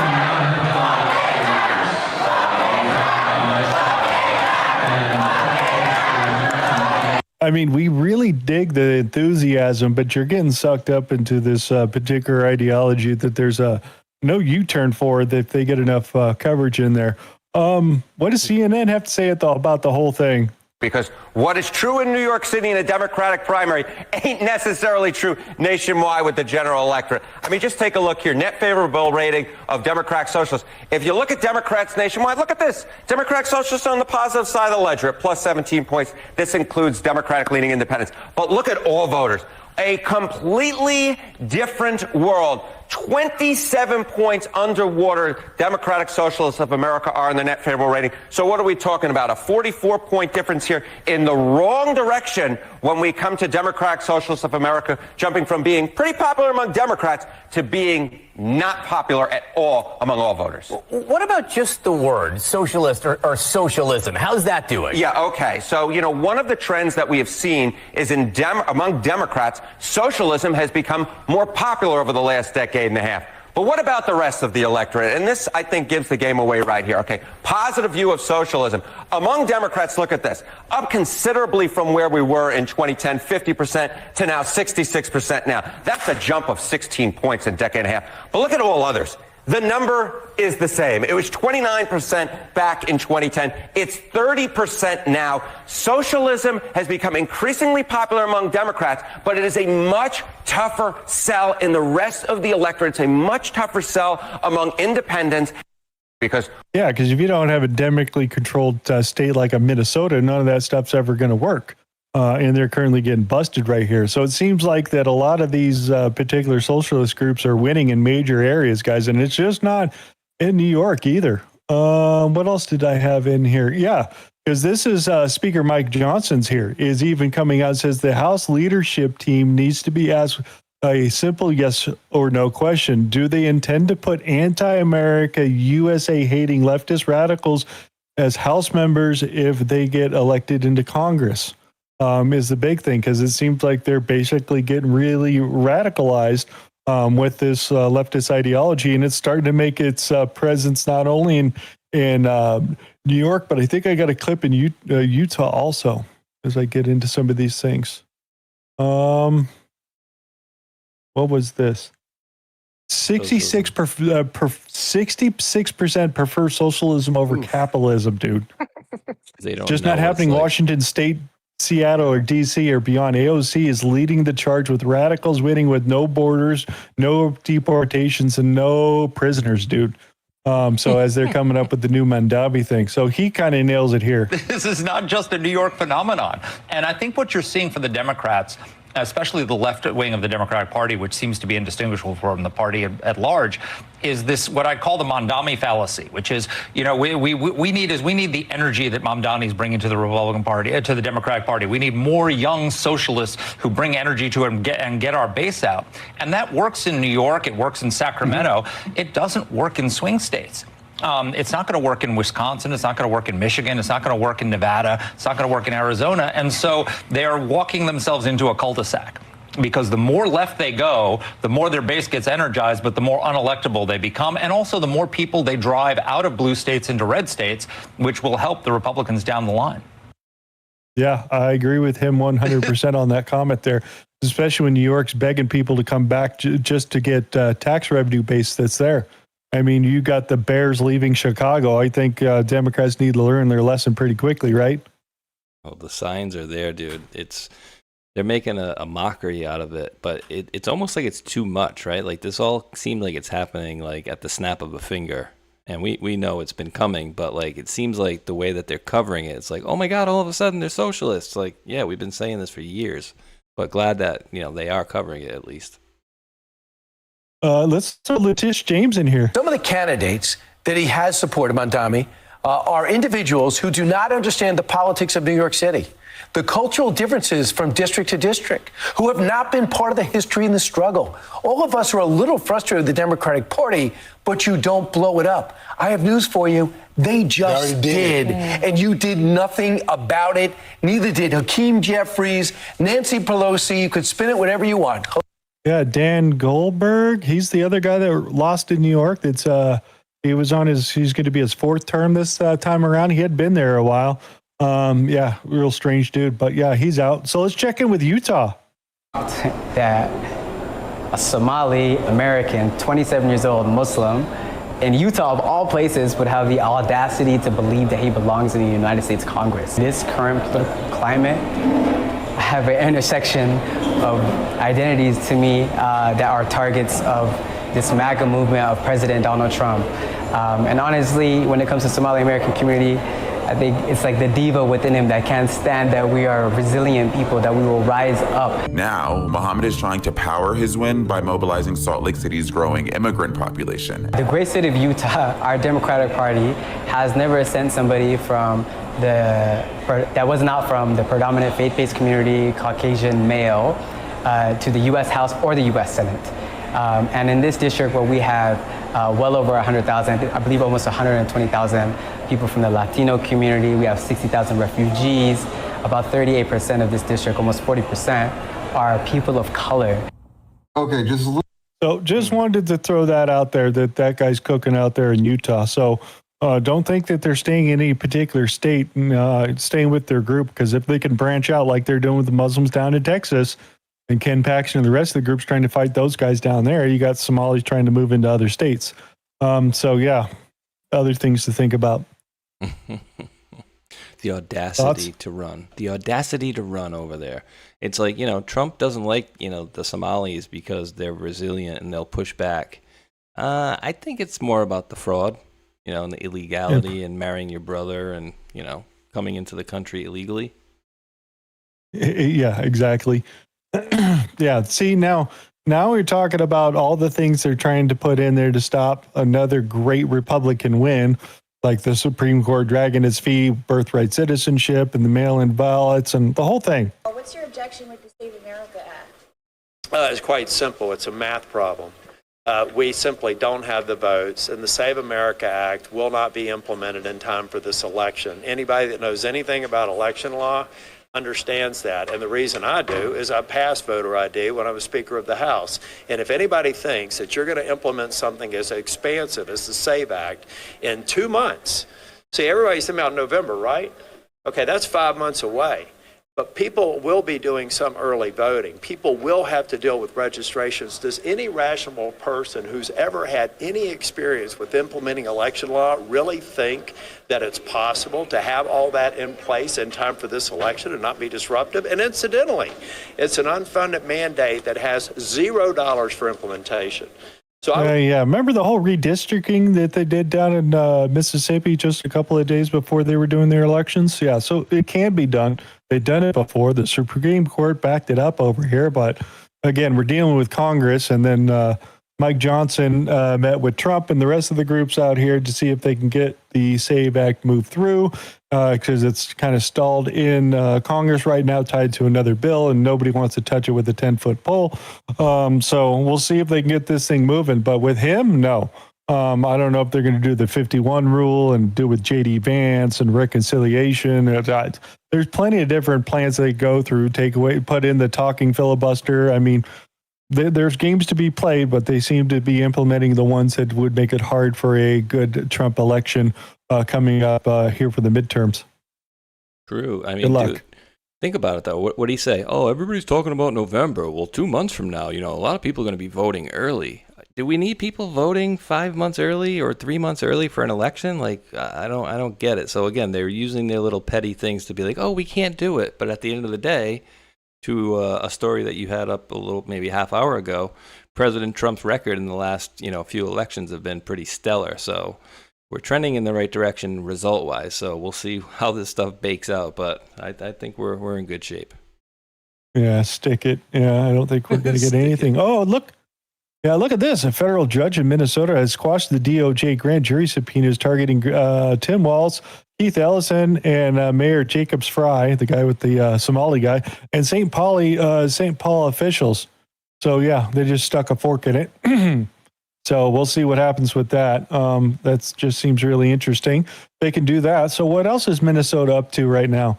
Minnesota repeals a ban on sex bathhouses in honor of Gay Pride Month. Yes. Just as long as we're keeping score. You can investigate the government and the attorney general, all those things for the grand jury subpoena from the DOJ. It's already seen evidence and all that. And they're going to just have, Obama over there doing the gay bathhouses. See what it says there? The repeals ban on sex bathhouses in honor of Pride Month. The ban was to prevent AIDS. Duh. No kidding. I'll be away from the mic for about a minute or two. Be right back. Not a problem. Here's another one here. So the en bloc DC court has vacated a writ of mandamus that shut down Jeb's Boasberg blah blah investigation. So basically, what they just told him is you're getting out of control and you need to get back in your lane, and you've been stepping all over the government's action and the current president of him trying to fulfill his presidential authority. So you better sit the F down or we're going to start to sanction you. So that's basically what temporary says here at this point, and they will see a full bench in September to All right, ladies and gentlemen, just got to do one of these Rumble commercials here quick, and we'll be right back to the show. All right, guys, we hear a lot about crypto. But here's the part most people miss. Crypto was created so you could actually own and control your own money. Whoop. After the 2008 financial crisis, Bitcoin was designed as an alternative to banks. So instead of a bank holding your money, delaying transfers, or limiting access, you're the one in control. And if you ever had to wait for a transfer to clear, you felt that problem too. Now fast forward to today. Everybody's heard of crypto, but getting started still feels complicated. That's exactly why I use Rumble Wallet. Takes all that complexity and makes it simple. Choose what you want. Bitcoin, dollar-backed stablecoins, or even digital gold backed by real gold. No complicated setup. It connects with MoonPay, so you can use your credit card, debit card, or bank and be up and running in minutes. And once you're set up, you can even support your favorite Rumble creators like Hulkinator, Tron, and myself directly. So do this now. Scan the QR code and click the link in the description and download Rumble Wallet. From there, you can set up your wallet, tap buy, and then you're in the game. And in just a few minutes, you can go from hearing about crypto to actually owning some. Boom.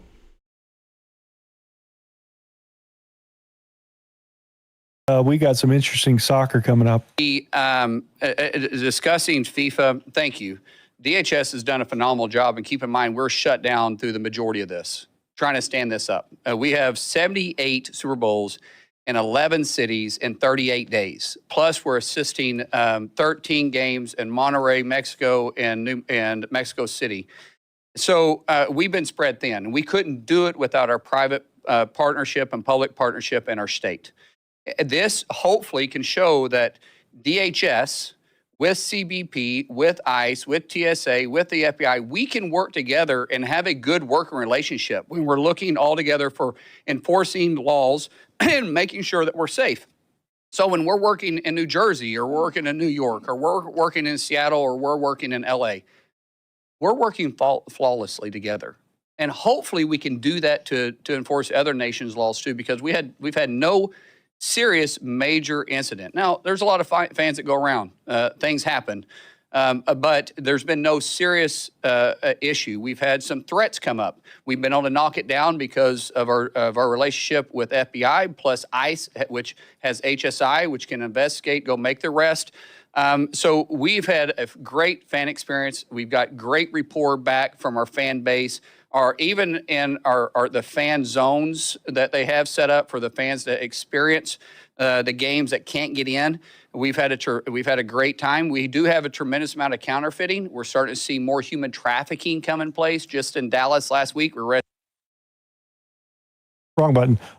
So he's giving a little update of the way that FIFA is going to be going. And the other thing that they've also done too is have a no drone sections. So they're cutting out like 4 or 5 miles around each one of these particular stadiums here. And I've seen reporting from people that would light off one of these drones just to do it in a park or whatever. And these guys are showing up in under 10 minutes to start asking you questions and why you're flying your drone around. So the amount of technology that's been given to these groups in the last 6-7 months has been pretty incredible. To thwart a lot of the stuff that they're talking about, like we just saw over the UFC, where they wanted to basically throw a drone in there, blow up a bunch of people, and while people run out through the exit, they were going to start shooting them with a sniper rifle. A big group of people are trying to get that thing done for the UFC. So these are some of the things that these guys are starting to protect themselves in. So it's good to see for those guys. I don't want to get into much of the testimony. Anybody want to say anything? Yeah, I mean, think about all the things that are going on right now too, right? Like all these different scenarios that we have going on, but then you got the World Cup as well. You got all these different things, the 250, all these celebrations that are happening at once. And you look at President Trump and he looks like he's, doesn't have a care in the world, right? So I always look to him as like, does he look like he's like concerned, or does he look like he's rough today? And I never see that. I never see like, oh no, it doesn't look good. I mean, with all this stuff going on, dude is cool as a cucumber. But yeah, a lot of shenanigans, and they're still fighting back and will always continue, and they're never going to give up. Yeah. I did want to hit over here with Mr. Todd Blanche over here, because we've seen all the fraud and all the stuff he's talking about, but I didn't realize how much they busted in the last couple of weeks. Today, we are announcing federal and state charges, all of which were charged or unsealed at some point over the past 2 weeks, the past 14 days. Coordinated nationwide action. Since June 8th, we've charged 455 defendants across 56, like I said a minute ago, U.S. attorney's offices, and 45 U.S. states and territories. As alleged in the various indictments, these individuals participated in healthcare fraud schemes involving over $6.5 billion in false claims submitted to Medicare, Medicaid, and other healthcare programs. The team around me will get into more specifics, but here are a few points that stand out. In one indictment, we're bringing charges against a corporate executive in Arizona in connection to over a $1 billion fraud involving unnecessary wound grafts. This alleged scheme costs Medicare over $1 million per patient. In total, our indictment charges 11 defendants for over $2 billion in fraudulent claims in connection to alleged wound care schemes. The indictment also alleges that these individuals then used the taxpayer money to bankroll multi-million-dollar homes, luxury vehicles like a $135,000 Maserati, jewelry like an $865,000 Bulgari necklace, and to top it all off, to fund the construction of a $4.6 million hotel at a beach resort in the Philippines. We're taking back the money. And a boat that said butt naked on it. Yeah, living in the lap of luxury over here. This is only in 2 weeks, dude. 455 defendants across 45 states for $6.5 billion. This is not including anything that I had reported before in regards to what was happening over there in California for the one guy for $100 billion or something, a crap load of money, and they rented his $10 million house at a really ritzy place in Newport Coast. Yeah, crazy stuff, guys. I mean, is it me, or are we seeing like every other day, like, oh, just caught some fraud, $1.3 billion with a B. Oh, this guy just got caught. I mean, they got to be in the trillions by now. And no, everybody was asleep at the wheel, apparently, just forking out this money, and it was probably all automated. You know, it was so many people took advantage of this stuff, and they need to be made examples of, every last one of them. Exactly. And then, you know, she made an interesting comment over here that I wanted to throw out there as we get a new DNI. You think the campaign was hard. You think what President Trump went through was hard, and it was. The road ahead will not be easy. I can attest personally that in my work as the Director of National Intelligence, the deep state is fighting us every step of the way. And it exists within every single federal agency. And so I feel the same frustration that I see many of you expressing on X or in different platforms about why aren't things going faster? Why aren't we getting results more quickly? I feel this frustration every single day. We are pushing hard. Know that they are pushing hard back. Just wanted to throw that out there, as long as we keep everybody on score here. What else did I want to throw in here really quick here? Sitting down with Speaker Johnson for two-week reset is coming up for the SAVE Act, so they want to get it done. I don't think they're going to get it done. We should cancel the recess. That's what's going down there. That's basically where I wanted to leave it here. Interesting comment coming over from Anna Paul Luna. I didn't know if anybody had seen this here, but the cut the aid off for the USAID slush funds. Look what happened to South America and everything that they were running down there. Ooh, isn't that cute? It went from half blue to mostly red with a few splotches of blue over there. But yeah, I mean, dude, the things that these people are running on are only things that people that are crazy would be voting for, essentially. Like, I don't know, normal people, they shouldn't be wanting what the Democrats are exhibiting right now, like anything. And it's absolutely kind of wild to watch, dude, to see how weird it is. Yep. But how far our money gets spread out too, dude, right? Like, now that they don't have this money, they can't be paying these people off in different countries as well. So I wonder how many countries this affected. Probably a lot.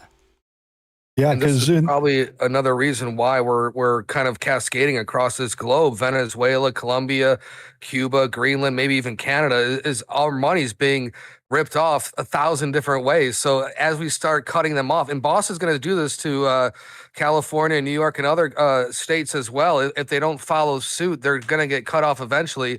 And where's the money going to go? Again, you don't have voters unless you have that free money in those blue states. And I think if most of us can agree that a lot of us that live in blue states, it's really, really red, mostly purple. I mean, it's select areas where people benefit and usurp the system is how they get the vote through. We all know that, but now we got to follow the money, and they're doing a great job, man. Like you said, all these busts all over the place, whether it's small town USA or big town New York City, California, it's everywhere, man. So keep knocking them down and build this up to a big grand conspiracy case where we're all going to celebrate in a few months or perhaps years. I mean, Tulsi just put it right out there. I mean, we can feel all the same 8 years plus of this nonsense. And finally, we have a chance to turn it around. So let's go through that finish line and go through it fast. Yeah. So, I mean, interesting elections just to keep through up here. I believe Bolsonaro's son is over in Brazil over here. Colombia just had their election. The leftist lost. So the Republican won over there this week. So they have they're partying out in the streets. And the one thing that people are noticing, there's no anti-NGO protests. They all seem to disappear. And about 3 weeks ago, Peru just had their election and had a good election turnout for there. So these are positive things that are all happening in the last couple of months here. So good things for South America. Plus, we're down there kind of holding down the fort to make sure Venezuela is going to start holding its own. We're going to start talking about them here in a second because we just had some huge earthquakes come around. So I don't know if any of you guys had seen these big giant earthquakes that came. Yeah, I sent one of the links into our group chat a little while ago. It looked bad. Venezuela did not look good. So in 30 minutes, they got hit with two earthquakes, a 7.1 and a 7.5. Shortly thereafter, Japan had a 7, which is pretty normal for them. Within a minute, their earthquake people were up online already broadcasting all those sort of things. The 5.6 for us is just like a hiccup, like closing a drawer or a heavy door in your house. It's no big deal, but you can kind of see. Yeah, Pacific Rim is definitely taking out, but we'd have to hit somewhere down here to really make a difference. So they're saying the stress is still building up there, but we wanted to check out what's going on down here. Southern Command has sent relief. Tron, you want to take that? Yeah, guys, from the U.S. Southern Command, as directed by the Department of War, U.S. Southern Command is currently working with the Department of State to support U.S. government relief operations in Venezuela in response to yesterday's devastating earthquakes. Our joint forces are moving quickly to bring the unmatched airlift, logistics, and life-saving capabilities of the U.S. military to help save lives and support the government of Venezuela during this crisis. The command has established an operational planning team that includes experienced subject matter experts from the Bureau, I can't ever get that, for humanitarian assistance, and who are advising staff and leadership responsible for disaster relief planning and mission-related decisions. The command has also initiated close coordination with other partners and allies in the region who have pledged to join the international assistance underway to aid the people of Venezuela in their time of need. So, yeah, all of government effect because we're already down there. So they're using a lot of military to get down there with relief efforts and whatnot. So they're moving pretty quickly there. But you can see how fast that thing moves through the earth, as you could see. Wow. Yeah, it's pretty crazy as it starts to light off. And, you think about it, that's Venezuela, that's California over here, and this is all kind of connected, but you could see the waves as it starts to light off, as it starts to be picked up inside the United States. Wow. That off of our west coast, that's the Ring of Fire, right? Yes, correct. They keep bouncing back off, so they say one hits one place, you got to watch out for the place across the street, essentially. That's so bad, dude. Yeah, there's before. Yeah, done. And after. Oh, that's a lot of lives lost. You can't even get out of that most of the time. Yeah, so yeah, devastation for them. I'll break down this is Caracas, their capital. So yeah, it's been a while since they've had an earthquake here. I think it was like the 70s or something that they had a big earthquake, but they're saying about 100,000 people are missing. Online reports have showed 50,000 verified people that are missing. And again, we're sending rescue teams from California and from the East Coast somewhere with dogs, trainings, and all that to go down there and assist them. You can just see the total devastation of some of this stuff. And they do have strict building codes. You can see some of the upper buildings and all these things are still up and going, but some of the older hotels and whatnot did have total structural failure. The side of that building was ripped right off. And if you notice, most of the structure part holds together, but all the walls and everything else closer to the ground floor disappear because it's just flexing so much. I wonder if there's any tsunamis over there being right on the water, you know? No, I would be going out the other way, not towards them. You'd have to strike in the ocean to get a tsunami for something like that for those guys. Damn. So also, that was that. Hold on one second. Twin earthquakes. Hey, can you give me 1 second, guys? Talk for a second. Sure. So, Tron, what are you up to this weekend? Gonna watch Yeah, UFC? how do you rebuild something? No, I already got my fix the other time. That's it, no more. Yeah, but how do you rebuild something like that, man? The entire city is just gone. It's devastating. But that is crazy. And didn't they change I don't think they use the Richter scale anymore, right? I think they were basically, the quote conspiracy theory years ago was they changed the scale to make it seem like they're not as bad, but like say a 3 on the new scale is like a 5 on the other one. I don't know if I'm getting that exactly right, but pretty much. Let's see. Yeah, either way, no vacations in Caracas for a little bit. Damn. That is too much. Yeah, dude, let me see. Yeah, it's that's just, nothing you can do. And I mean, what does that look like? That looks like Tornado Alley too. I mean, unfortunately, we have some really bad areas in the United States that my buddy lives. Actually, you've been getting any tornadoes up in your area? Because my buddy's in the Ohio down south. area. He's like, they're getting crazy over it's nasty. They're like, he said it's like the new Tornado Alley, and he goes, oh, but it's funny that they also want a lot of this land for the data centers in that same area. So, interesting. Yeah, problem, reaction, solution. Well, that reminds us of Hawaii. When was the last time we heard of any sort of updates with Hawaii when that island completely just, Same thing as the Palisades too, right? And I wonder too, like, what do you think the possibilities are that, I don't know, the deep state did this and it's their way of punishing Venezuela for working with us? I don't know. Well, and it goes down around the same time when we're talking about golden domes and ballrooms and Lockheed Martin. And now it's like, okay, they're cranking up that HARP machine as they're turning down CERN on the 29th of June. They're going to shut it off or take a break or whatever. So it's kind of, timing what is going on with all these phenomena. I mean, of course, this happens from time to time, but, you got to remember this is current happening all the time, basically. Yeah, Too much. It's bananas. I just it's the HARP. It's very possible. I mean, what do you guys in the chat think? You think that's a plausible scenario? That and they get hit with 2 of them back to back, and they haven't had one big one like that in a while, apparently. And remember what happened at the UFC when Dan Scavino made fun of the Weather Channel for predicting, torrential rain and winds and all, and mosquitoes. Nonetheless, the Weather Channel is predicting mosquitoes now. Right. Yeah, exactly. He's like, yeah, they don't know what the hell they're talking about. Patriot Fighter says, I think the Richter scale was an 8, and that was the highest whenever I was in high school. Yeah, I know that they changed it. I don't know the new scale, but that was my guess. But that they were doing it to hide essentially how bad the earthquakes were getting. But who knows? And Sean Linne, yeah, good comment. I was literally thinking that when you said they were shutting down CERN. I'm like, oh, they're going to give open the portal for the aliens to walk in as they go take a vacation for a week. Yeah, as we see Somalis all over TV, like those are the real aliens. They got those big foreheads, they got the small chin. Elongated skulls. Yeah.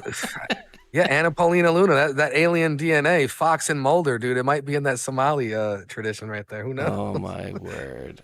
Yeah. I heard bananas and rice are some of the favorite desserts and food for the alien species that visit. So. The illegal aliens, that is. That is. Let's see. Deranged Muppet says definitely plausible. Let's see. Blame a nuke on an earthquake, and the media says earthquake. Just saying. Devin, YouTube. Yeah. Harp. Well, Cisco and Lady also you have to W. remember during that quantum meeting, they mentioned John G. Trump, who had access to Nikola Tesla files, which, maybe has some sort of a quote unquote earthquake machine, frequency vibration, and the other deal, 369. So, Yes. kind of interesting timing on that as well. I mean, oof. Saw a video on that earlier today, actually, where this guy essentially on the screen, he wrapped some things with copper, I think it was, and then had some magnets opposing themselves or whatever, and then he put this thing on a piece of wood and he spins it, and he goes, now this thing is never going to stop spinning. It's got magnets that are pushing it, so it's going to keep spin. And if you can get something to move like that by not putting any gasoline or energy into it, that's essentially free energy. And he was powering like a light bulb and a fan with it. It was like with like literally, I don't know, like 6 starter that would go like a starter for your car, starter magnets, something like that. Yeah. I'm like, wow. So yeah, Well, I mean, you heard all those stories of people inventing cars that run off of water, and how many of those people vanished. Can you guys give me a second? I got a phone call I got to deal with my doctor on my case. So I apologize. I'm just going to need a few minutes. No problem. No problem. What kind of doctor's calling at friggin' 8 o'clock? It was Quantico. It was Quantico. His handler is calling right now, and you have to change the subject. You have to. We were supposed to say that. You got the phone call on the other phone, the red phone. Hulk has one of those red phones like Batman has, so whenever someone calls on it, it's like it's the red phone or the green phone. Shit, I don't know which one. Well, we could actually get a couple of thank yous out of the way too while we got a couple of minutes to spare here.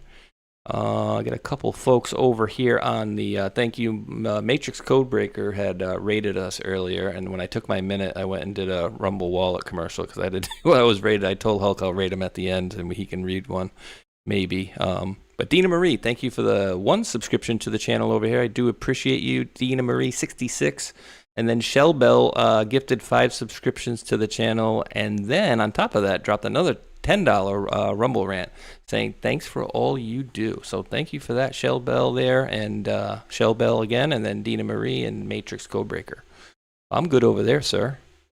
I'm good on my side. Yeah, thank you, Dina Marie, as well, for dropping a gifted sub. The best way to support the channel is with a gifted sub, and thank you to CL Goober for grabbing some America 250 decals earlier today. She's having a 4th of July party, and she grabbed 15 of those over at the website tronanon.com. So we got those stickers going, those decals, and looking good for America 250. What do you got plans for on Independence Day, the 4th? You're going to do a block party? Do some cocaine and no, I didn't. Space shop parties like I was gonna go like John Belushi, get a little speedball action, get a case of some 40s of OE, and tip out some for my homies, homies, yeah. I don't know, probably Bone Thugs. Probably watch some fireworks, but I mean, apparently we're supposed to be having the biggest, greatest show of all time. Of fireworks, right? Yeah, we have to stream that somehow. I mean, I don't know how we're gonna do that. Biggest display. Yeah, that's let me pull the calendar up here. That is a Saturday night. 4th of July is a Saturday night. Yep. 4th of July, Saturday night. So you're already live, anyways, right? Oh yeah, it's my music show, so that's gonna probably bleed into it. Yeah, that's cool though. Yeah, I mean. Might as well. I mean, what do you guys? Are you guys in the chat down for a little? Because we did the rally. Was it last night? I jumped on there with Dave and Rambo and Belushi. Had a pretty good time too. The sound was a little kind of crappy in the beginning because we were using whatever we were using. Then we went to PBS and then right off the feed itself. But really good stuff. Really good show there. And I don't know. I think we should definitely do something if we can get it into the works for sure. But that's always up to you guys. If you guys show up or not. Oh, we're making plans. For what? We're having a sleepover doing again? Barbecue. Yeah, we're doing a sleepover. Pillow. No pillow fights, Hulk. This time. Last time he put bricks and a bocce ball in his pillow. I couldn't believe it. He has a bocce ball just ready. What did I just walk into? Oh, dude. Shell Bell in the chat just reminded me, dude. I don't know if you saw that, Tron, but we're sitting there, we're doing the show, and I don't know if it was Trump was speaking or somebody else was speaking, but Dave had set up like a fake emergency broadcast thing and set it up, and it's like, and I'm like, oh, what the hell? And he's like laughing, and he comes back, I'm like, you asshole. It was hilarious. He definitely got us all. Did I have anything else we wanted to throw out there? Throw it out, dude. Throw it out. What do I got else that's left in here? Hookers and cocaine, Hulk. What's that? Is that what we're spending our money on? I'm reading the comments. Hookers and cocaine, Hulk. 5x5. Here, you could read that really quick for everybody, Mr. Space Shot. Alrighty then. Alrighty. Potential name for the AI industry regulatory authority, AI Associated Institute of America Incorporated, or AI, pronounced AI. I thought it was entertaining. The other thing I thought was interesting out there. You guys remember all those crypto miners out there that were buying all the GPUs and went crazy and all that? Well, after the Ethereum and Bitcoin market took a dump and you can't really mine it all that much, they are actually turning that shit around and turning it into an AI farm. So local little places that can't spend a whole bunch of money go rent a server farm over here that used to mine crypto. So I thought that was interesting. So now these people are earning 4 times more money by renting their systems for AI tokens versus just trying to do crypto. That's an AI token. That's how many tokens your particular computer the particular device can process. Like you ask it a question and it takes it like 10 tokens to answer it because it's computational type math things, and they mark it as a token. Like I was messing around here just as reference. I got a 4070 Super over here with a 12 gig card. So when I was playing with AI models and running it through, and it tests at 41 tokens a second. So it's okay, but it's not like one of the big AI things, but you can definitely play around with it. Sean just dropped a Rumble rant for $1. They are planning 4th of July hookers and cocaine, Hulk, boats and hoes. Yes. Boats and hoes. Yes, that's the way the river would always run. Worldwide, baby. Catalina wine mixer. What else do we want to get into? We got some Antifa stuff we can get into. If you guys want to talk about that, we can go through a couple of pieces of that. Sure. So anyways, they did release the body cam footage. Remember when they shot the cop in the neck down in Texas at the DHS facility or something, whatever it was, they were holding the migrants out there? They actually released the body cam footage. From the moment the first police officer arrives, hey, stop! It only takes seconds. He's running! Get on the ground! Before he's shot in the neck. He survived and recovered from what federal authorities call a terror attack outside a North Texas ICE detention center on the 4th of July. Do not move, you will be shot! You're seeing the shooting and its aftermath for the first time on video obtained by WFAA. Don't move! Put your hands! The feds charged more than a dozen people, calling them Antifa terrorists in a first-of-its-kind case that led to a manhunt, then guilty pleas and convictions this spring. But that night... At least how many's with you? Now, answers! Don't know! Video shows officers struggled to find everyone involved. I do not consent to search. Yeah, sure you don't. They ain't got a consent, so I'm playing today. Dash cam audio shows others were more cooperative. I'm just a peaceful protester. State charges are still pending, and 9 of the suspects are appealing their federal convictions. Reporting in DFW, I'm Cole Sullivan. Yeah, they got like a crap load of time. Did they actually lay it out here? Yeah, I think it was 100 years. One of them, I think, got 100 years, didn't he, or something like that? Yeah, it was crazy amount. This is a different claim itself. I thought that was the same thing out there. But yeah, that's absolutely crazy that they got that stuff out. What else did we have here? Right there. Oh, yeah. Was sentenced to 100 years in prison. Song convicted of attempted murder of law enforcement officers. Prosecutors said the group carried out what premeditated terror attack on ICE detention facility, deployed fireworks, vandalized property, fired shots at responding police officers. They shot cops, dude, not the freaking these guys, dude. This is absolutely crazy. One guy got 70, another one got 50, 50, 50, and a 50. And one guy got 30. Now, let me ask you this, Hulk. How prone do you think the next group of idiots are going to, how positive you think they're feeling about, hey, you guys want to mount up and go raid this ICE facility tomorrow? Well, you see what happened to such and such? They just got about 500 years. Well, I'm just thinking about it the way that they're doing it now. They all ran for office in New York, and 3 of them won. I'm just saying. There's the dumb guys and the smart guys. So that was the same thing. Yeah, a total of combined of 450 years in prison. Look, they're throwing fireworks at them. That's pretty. Here, I thought this was interesting. There, read that. UFC terrorist number 6, Jordan Rinkner. Code name was dude, I have this shriveled schlong. What is that? The Amish Antifa? What happened with that, dude? They busted like 8 people over there. These are the people who are going to fly a drone into the UFC, and then people are running out the other exit over there. They were going to start shooting them as they're coming out of the defined exits. So, I mean, these guys wanted to kill people, and there was plenty of them out there to do it. I think that's about it. All I got. This illegal alien former school teacher helped facilitate a TDA mass shooting. What the frig? Giovanni Mercedes Moreno Achapinti drove the Tren de Aragua shooters to the mass shooting site and then helped them evade law enforcement. Illinois sanctuary politicians released her after she was arrested by Chicago police. Of course they did. Of course they did. Wait, Hulk, why do they have 30 shootings in Chicago every week? I wonder. Exactly. That was arrested in June of 22nd. So yeah, just they look totally normal, right? Soulless.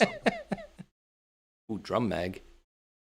Yeah, exactly. I guess that's illegal. Texas for you. Hulk, does that guy know that's illegal? Because criminals follow the law, right? Yeah, exactly. Oh, that's Chicago police. Here, you read this for everybody. Just interesting tidbits I ran by. Ex-founder of Wikipedia, Larry Sanger, is officially, quote, blocked indefinitely from editing Wikipedia. Do I read his post? Well, now it's official, being blocked and unblocked and being defended by Jimmy Wales. I've now, as of this evening, been blocked indefinitely from editing Wikipedia. So why was he doing stuff that was little unsultry? I'm not entirely sure. I think he was just being fine, to be honest with you. What else do we got? I think that's about it. If you believe. Ooh. Here, you can read that for everybody. He threw that out. I thought that was interesting. Last thing. Eagle Ed Martin. We should mark the 54th anniversary of the Watergate break-in a few days ago by remembering this. It is the OG hoax with the pre-FISA CIA running wiretaps on domestic politicians and then blaming the Nixon campaign, and Washington Post leading, not reporting. The only thing worse than the lying CIA is the two-faced liar John Dean and the fiction writer Woodward. May they suffer in eternity. Oh. Oh, what a great time, dude. So, yeah, that's basically all I got. Unless you guys got anything else you want to throw out into the mix out there, that's what I got a chance to put in there. Got brain fog there in the end because my damn doctor called me and I go answer questions for him.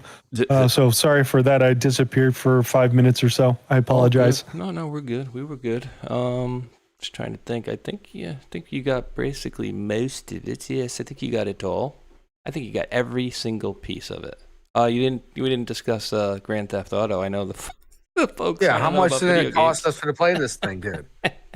$100. The pre-orders came out. I think the super duper deal out there is $100.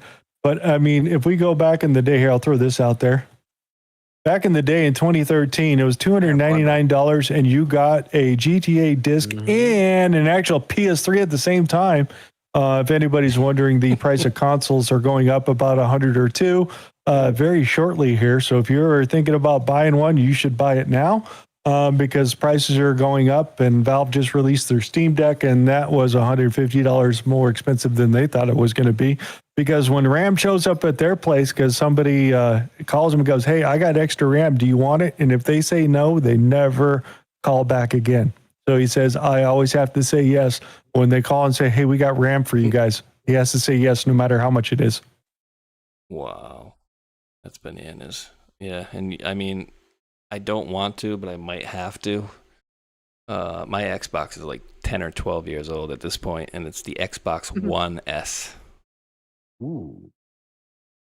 Yeah, people are complaining because there's an $80 version and a $100 version, and we don't see online yet. And it's like, yeah, because it's not even released yet. How about that? So PlayStation, Xbox go first, and then later on it goes PC probably. Pretty much. But the other thing that they did come out and say, if we're talking about gaming, is that the new Xbox had the new girl they just hired over there. Because they were debating whether or not they were going to release a new cycle of console coming out. And she said that it's getting really expensive and we don't want these people spending thousands of dollars on consoles and subscriptions. So we just wrapped all up into a rental. So you'll never own it. You'll just rent the console from there on. And then if you want to buy one, you better buy it now because it's not going to be coming here in the future because they don't think they're going to have enough consoles on both sides of the market to keep up with demand for the game when it finally does come out, and there just won't be any. So that might push them to release it on PC a little bit faster, but I don't think so. So online only for the first 30 days, and then you'll eventually get online, and then hopefully somewhere in April they'll release it on PC. So that is the other big gaming news that came out, and preliminary estimates coming out is they already made $1.5 billion today just selling a game that's not out already. That is crazy. $1.5 billion already. Did you say it was coming out on the consoles first? 5 months from now. Election time. Midterm. Yeah, exactly.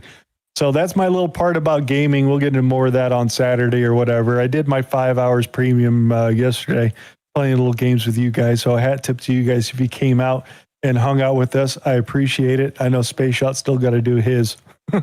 He does. He'll probably be doing some tomorrow. I got to get to bed early tonight. I'm trying to redo my sleep schedule, so I'm making my son wake me up super early. And it's working because I'm already pooped, so that's a good thing. That's awesome to hear. I do want to say some thank yous out there for the crowd out there, long as I'm already here looking at the chat in a rumble out here. We'll get over to the pilled side here just a little bit. I did want to say Shauna Lana gave the $1 rumble rant, and Sean Lana, I can't read the blue color is hard to read between the background. Some Hulk love out there for $10. Yay.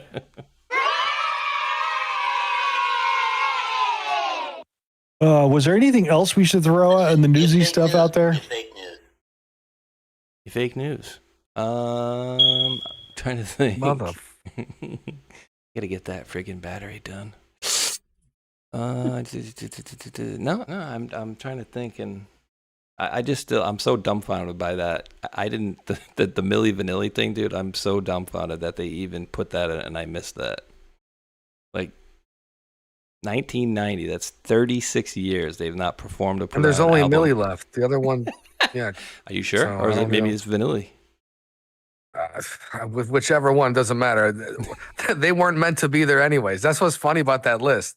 The people that were on that list were surprised they made the list. Really? I'm performing here?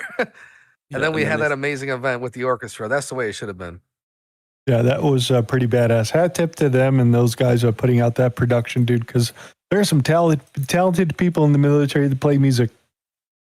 Oh, yeah. Big time. Big time. I gotta get that up. Let me see. And you got to get over to Pilled as well. Yeah, I'm going to do my Pilled right now and do all that sort of thing out there. Let me kick it off with Ohio Kimmy gifted the cookie. Willie Break It gifted the cookie. Doodah Man gifted the cookie. Sean Joe gifted the cookie. Sean Joe with a can. Jesus Loves You Best gifted the shades. Jaconi gifted the shades. Yeah. Sean Joe with a cookie. Woke and Walked gifted the can out there. Q shook me all night long with a can. And Sean Joe with a cookie. Another cookie. No thanks, Joe. Gifted the cookie out there. Thank you very much. I do appreciate it out there. Says good Thursday to you all Titans out there. Hope you guys are all well. And Q exposed up the storm these fine days. Just keep rolling at the SpaceX pace. I can't believe we're all voting in November before we know lots of things to do before to do for our Senate. I agree with that. And Son Joe with 2 cookies out there. I'm going to go release the gold pills out there. You guys can replace and have fun with the scratchings out there. How about you guys? You guys got any thank yous you got to throw out? No, thank you, Dina Marie. Philly Q. Appreciate it, guys. Yeah, we did a couple thank yous while you took your phone call. Yep. Shell Bell, Dina Marie, and Matrix for the raid, and Dina Marie for the gifted sub, and Shell Bell for the 5, and the $10 rant. Yes, sir.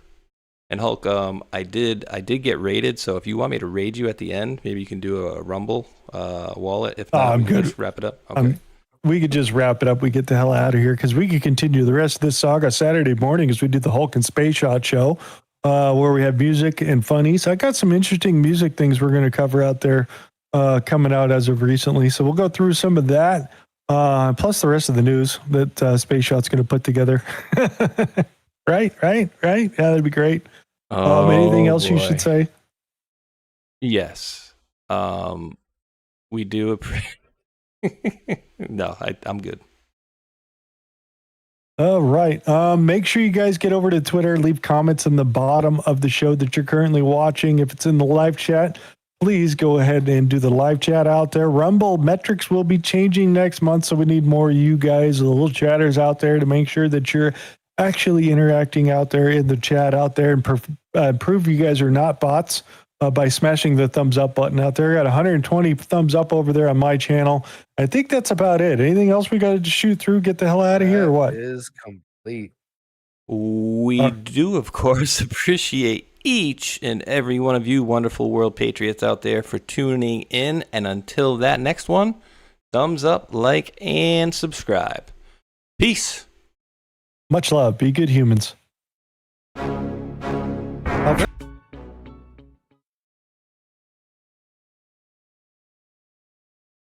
And I want to thank 15 Tony BA for dropping a gifted subscription to the channel at the very last minute. And I'm going to drop a link in the YouTube chat for 2 outros. Come on over to Rumble. You only get one on YouTube, ladies and gentlemen.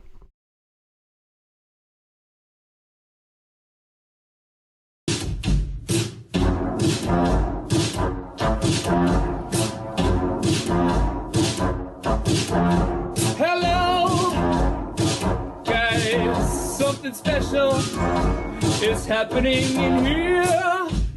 That's right, it's brackets and jackets, bringing it back for brackets and jackets. Special Epstein Island edition. That's right, folks, Epstein, Jeffrey Epstein, the man with the island, which is suspiciously close to Haiti. That's right. You see this man, Jeffrey Epstein, is funding lots of people. He's funding lots of people on the street to make sure his shit doesn't get out. That's right. They want the record sealed. And they're paying a lot of people. Epstein's paying a lot of people. Oh, boy. For one, he's got a whole Mossad media matrix in America. And I would bet you anything that Alex Jones is one of them. Prove me wrong. That's right, Cappy's in the portal. Cappy's in the portal. Cappy's in the building with songs about Epstein. It's Breakfast Jackets Epstein edition. Guys, I had some epiphanies today. I had some real big epiphanies about some guys. A big network of guys and spies and lies and liars.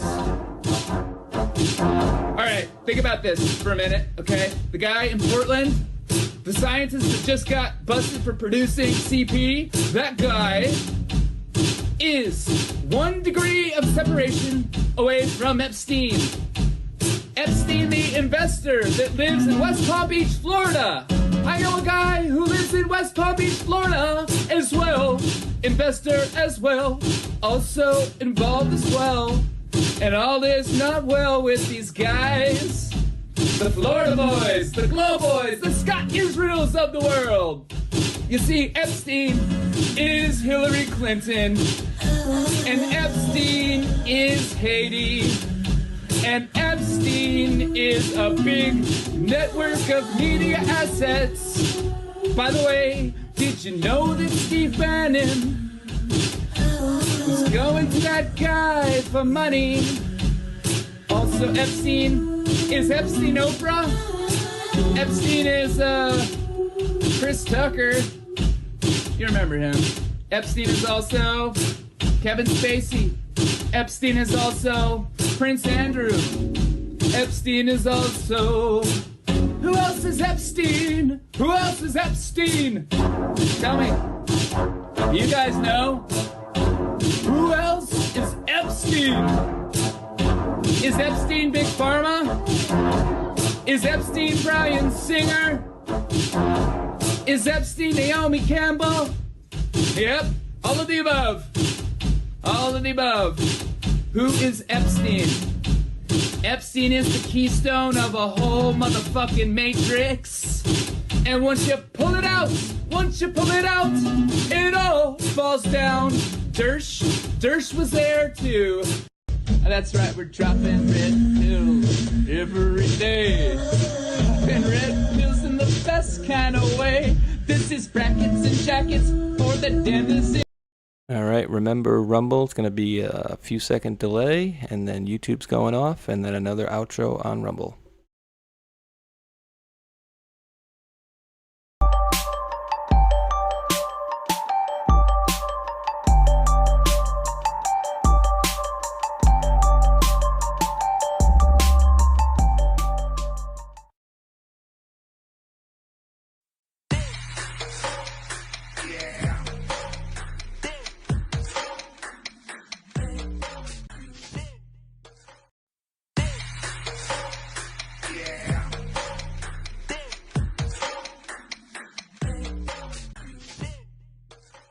You could see it.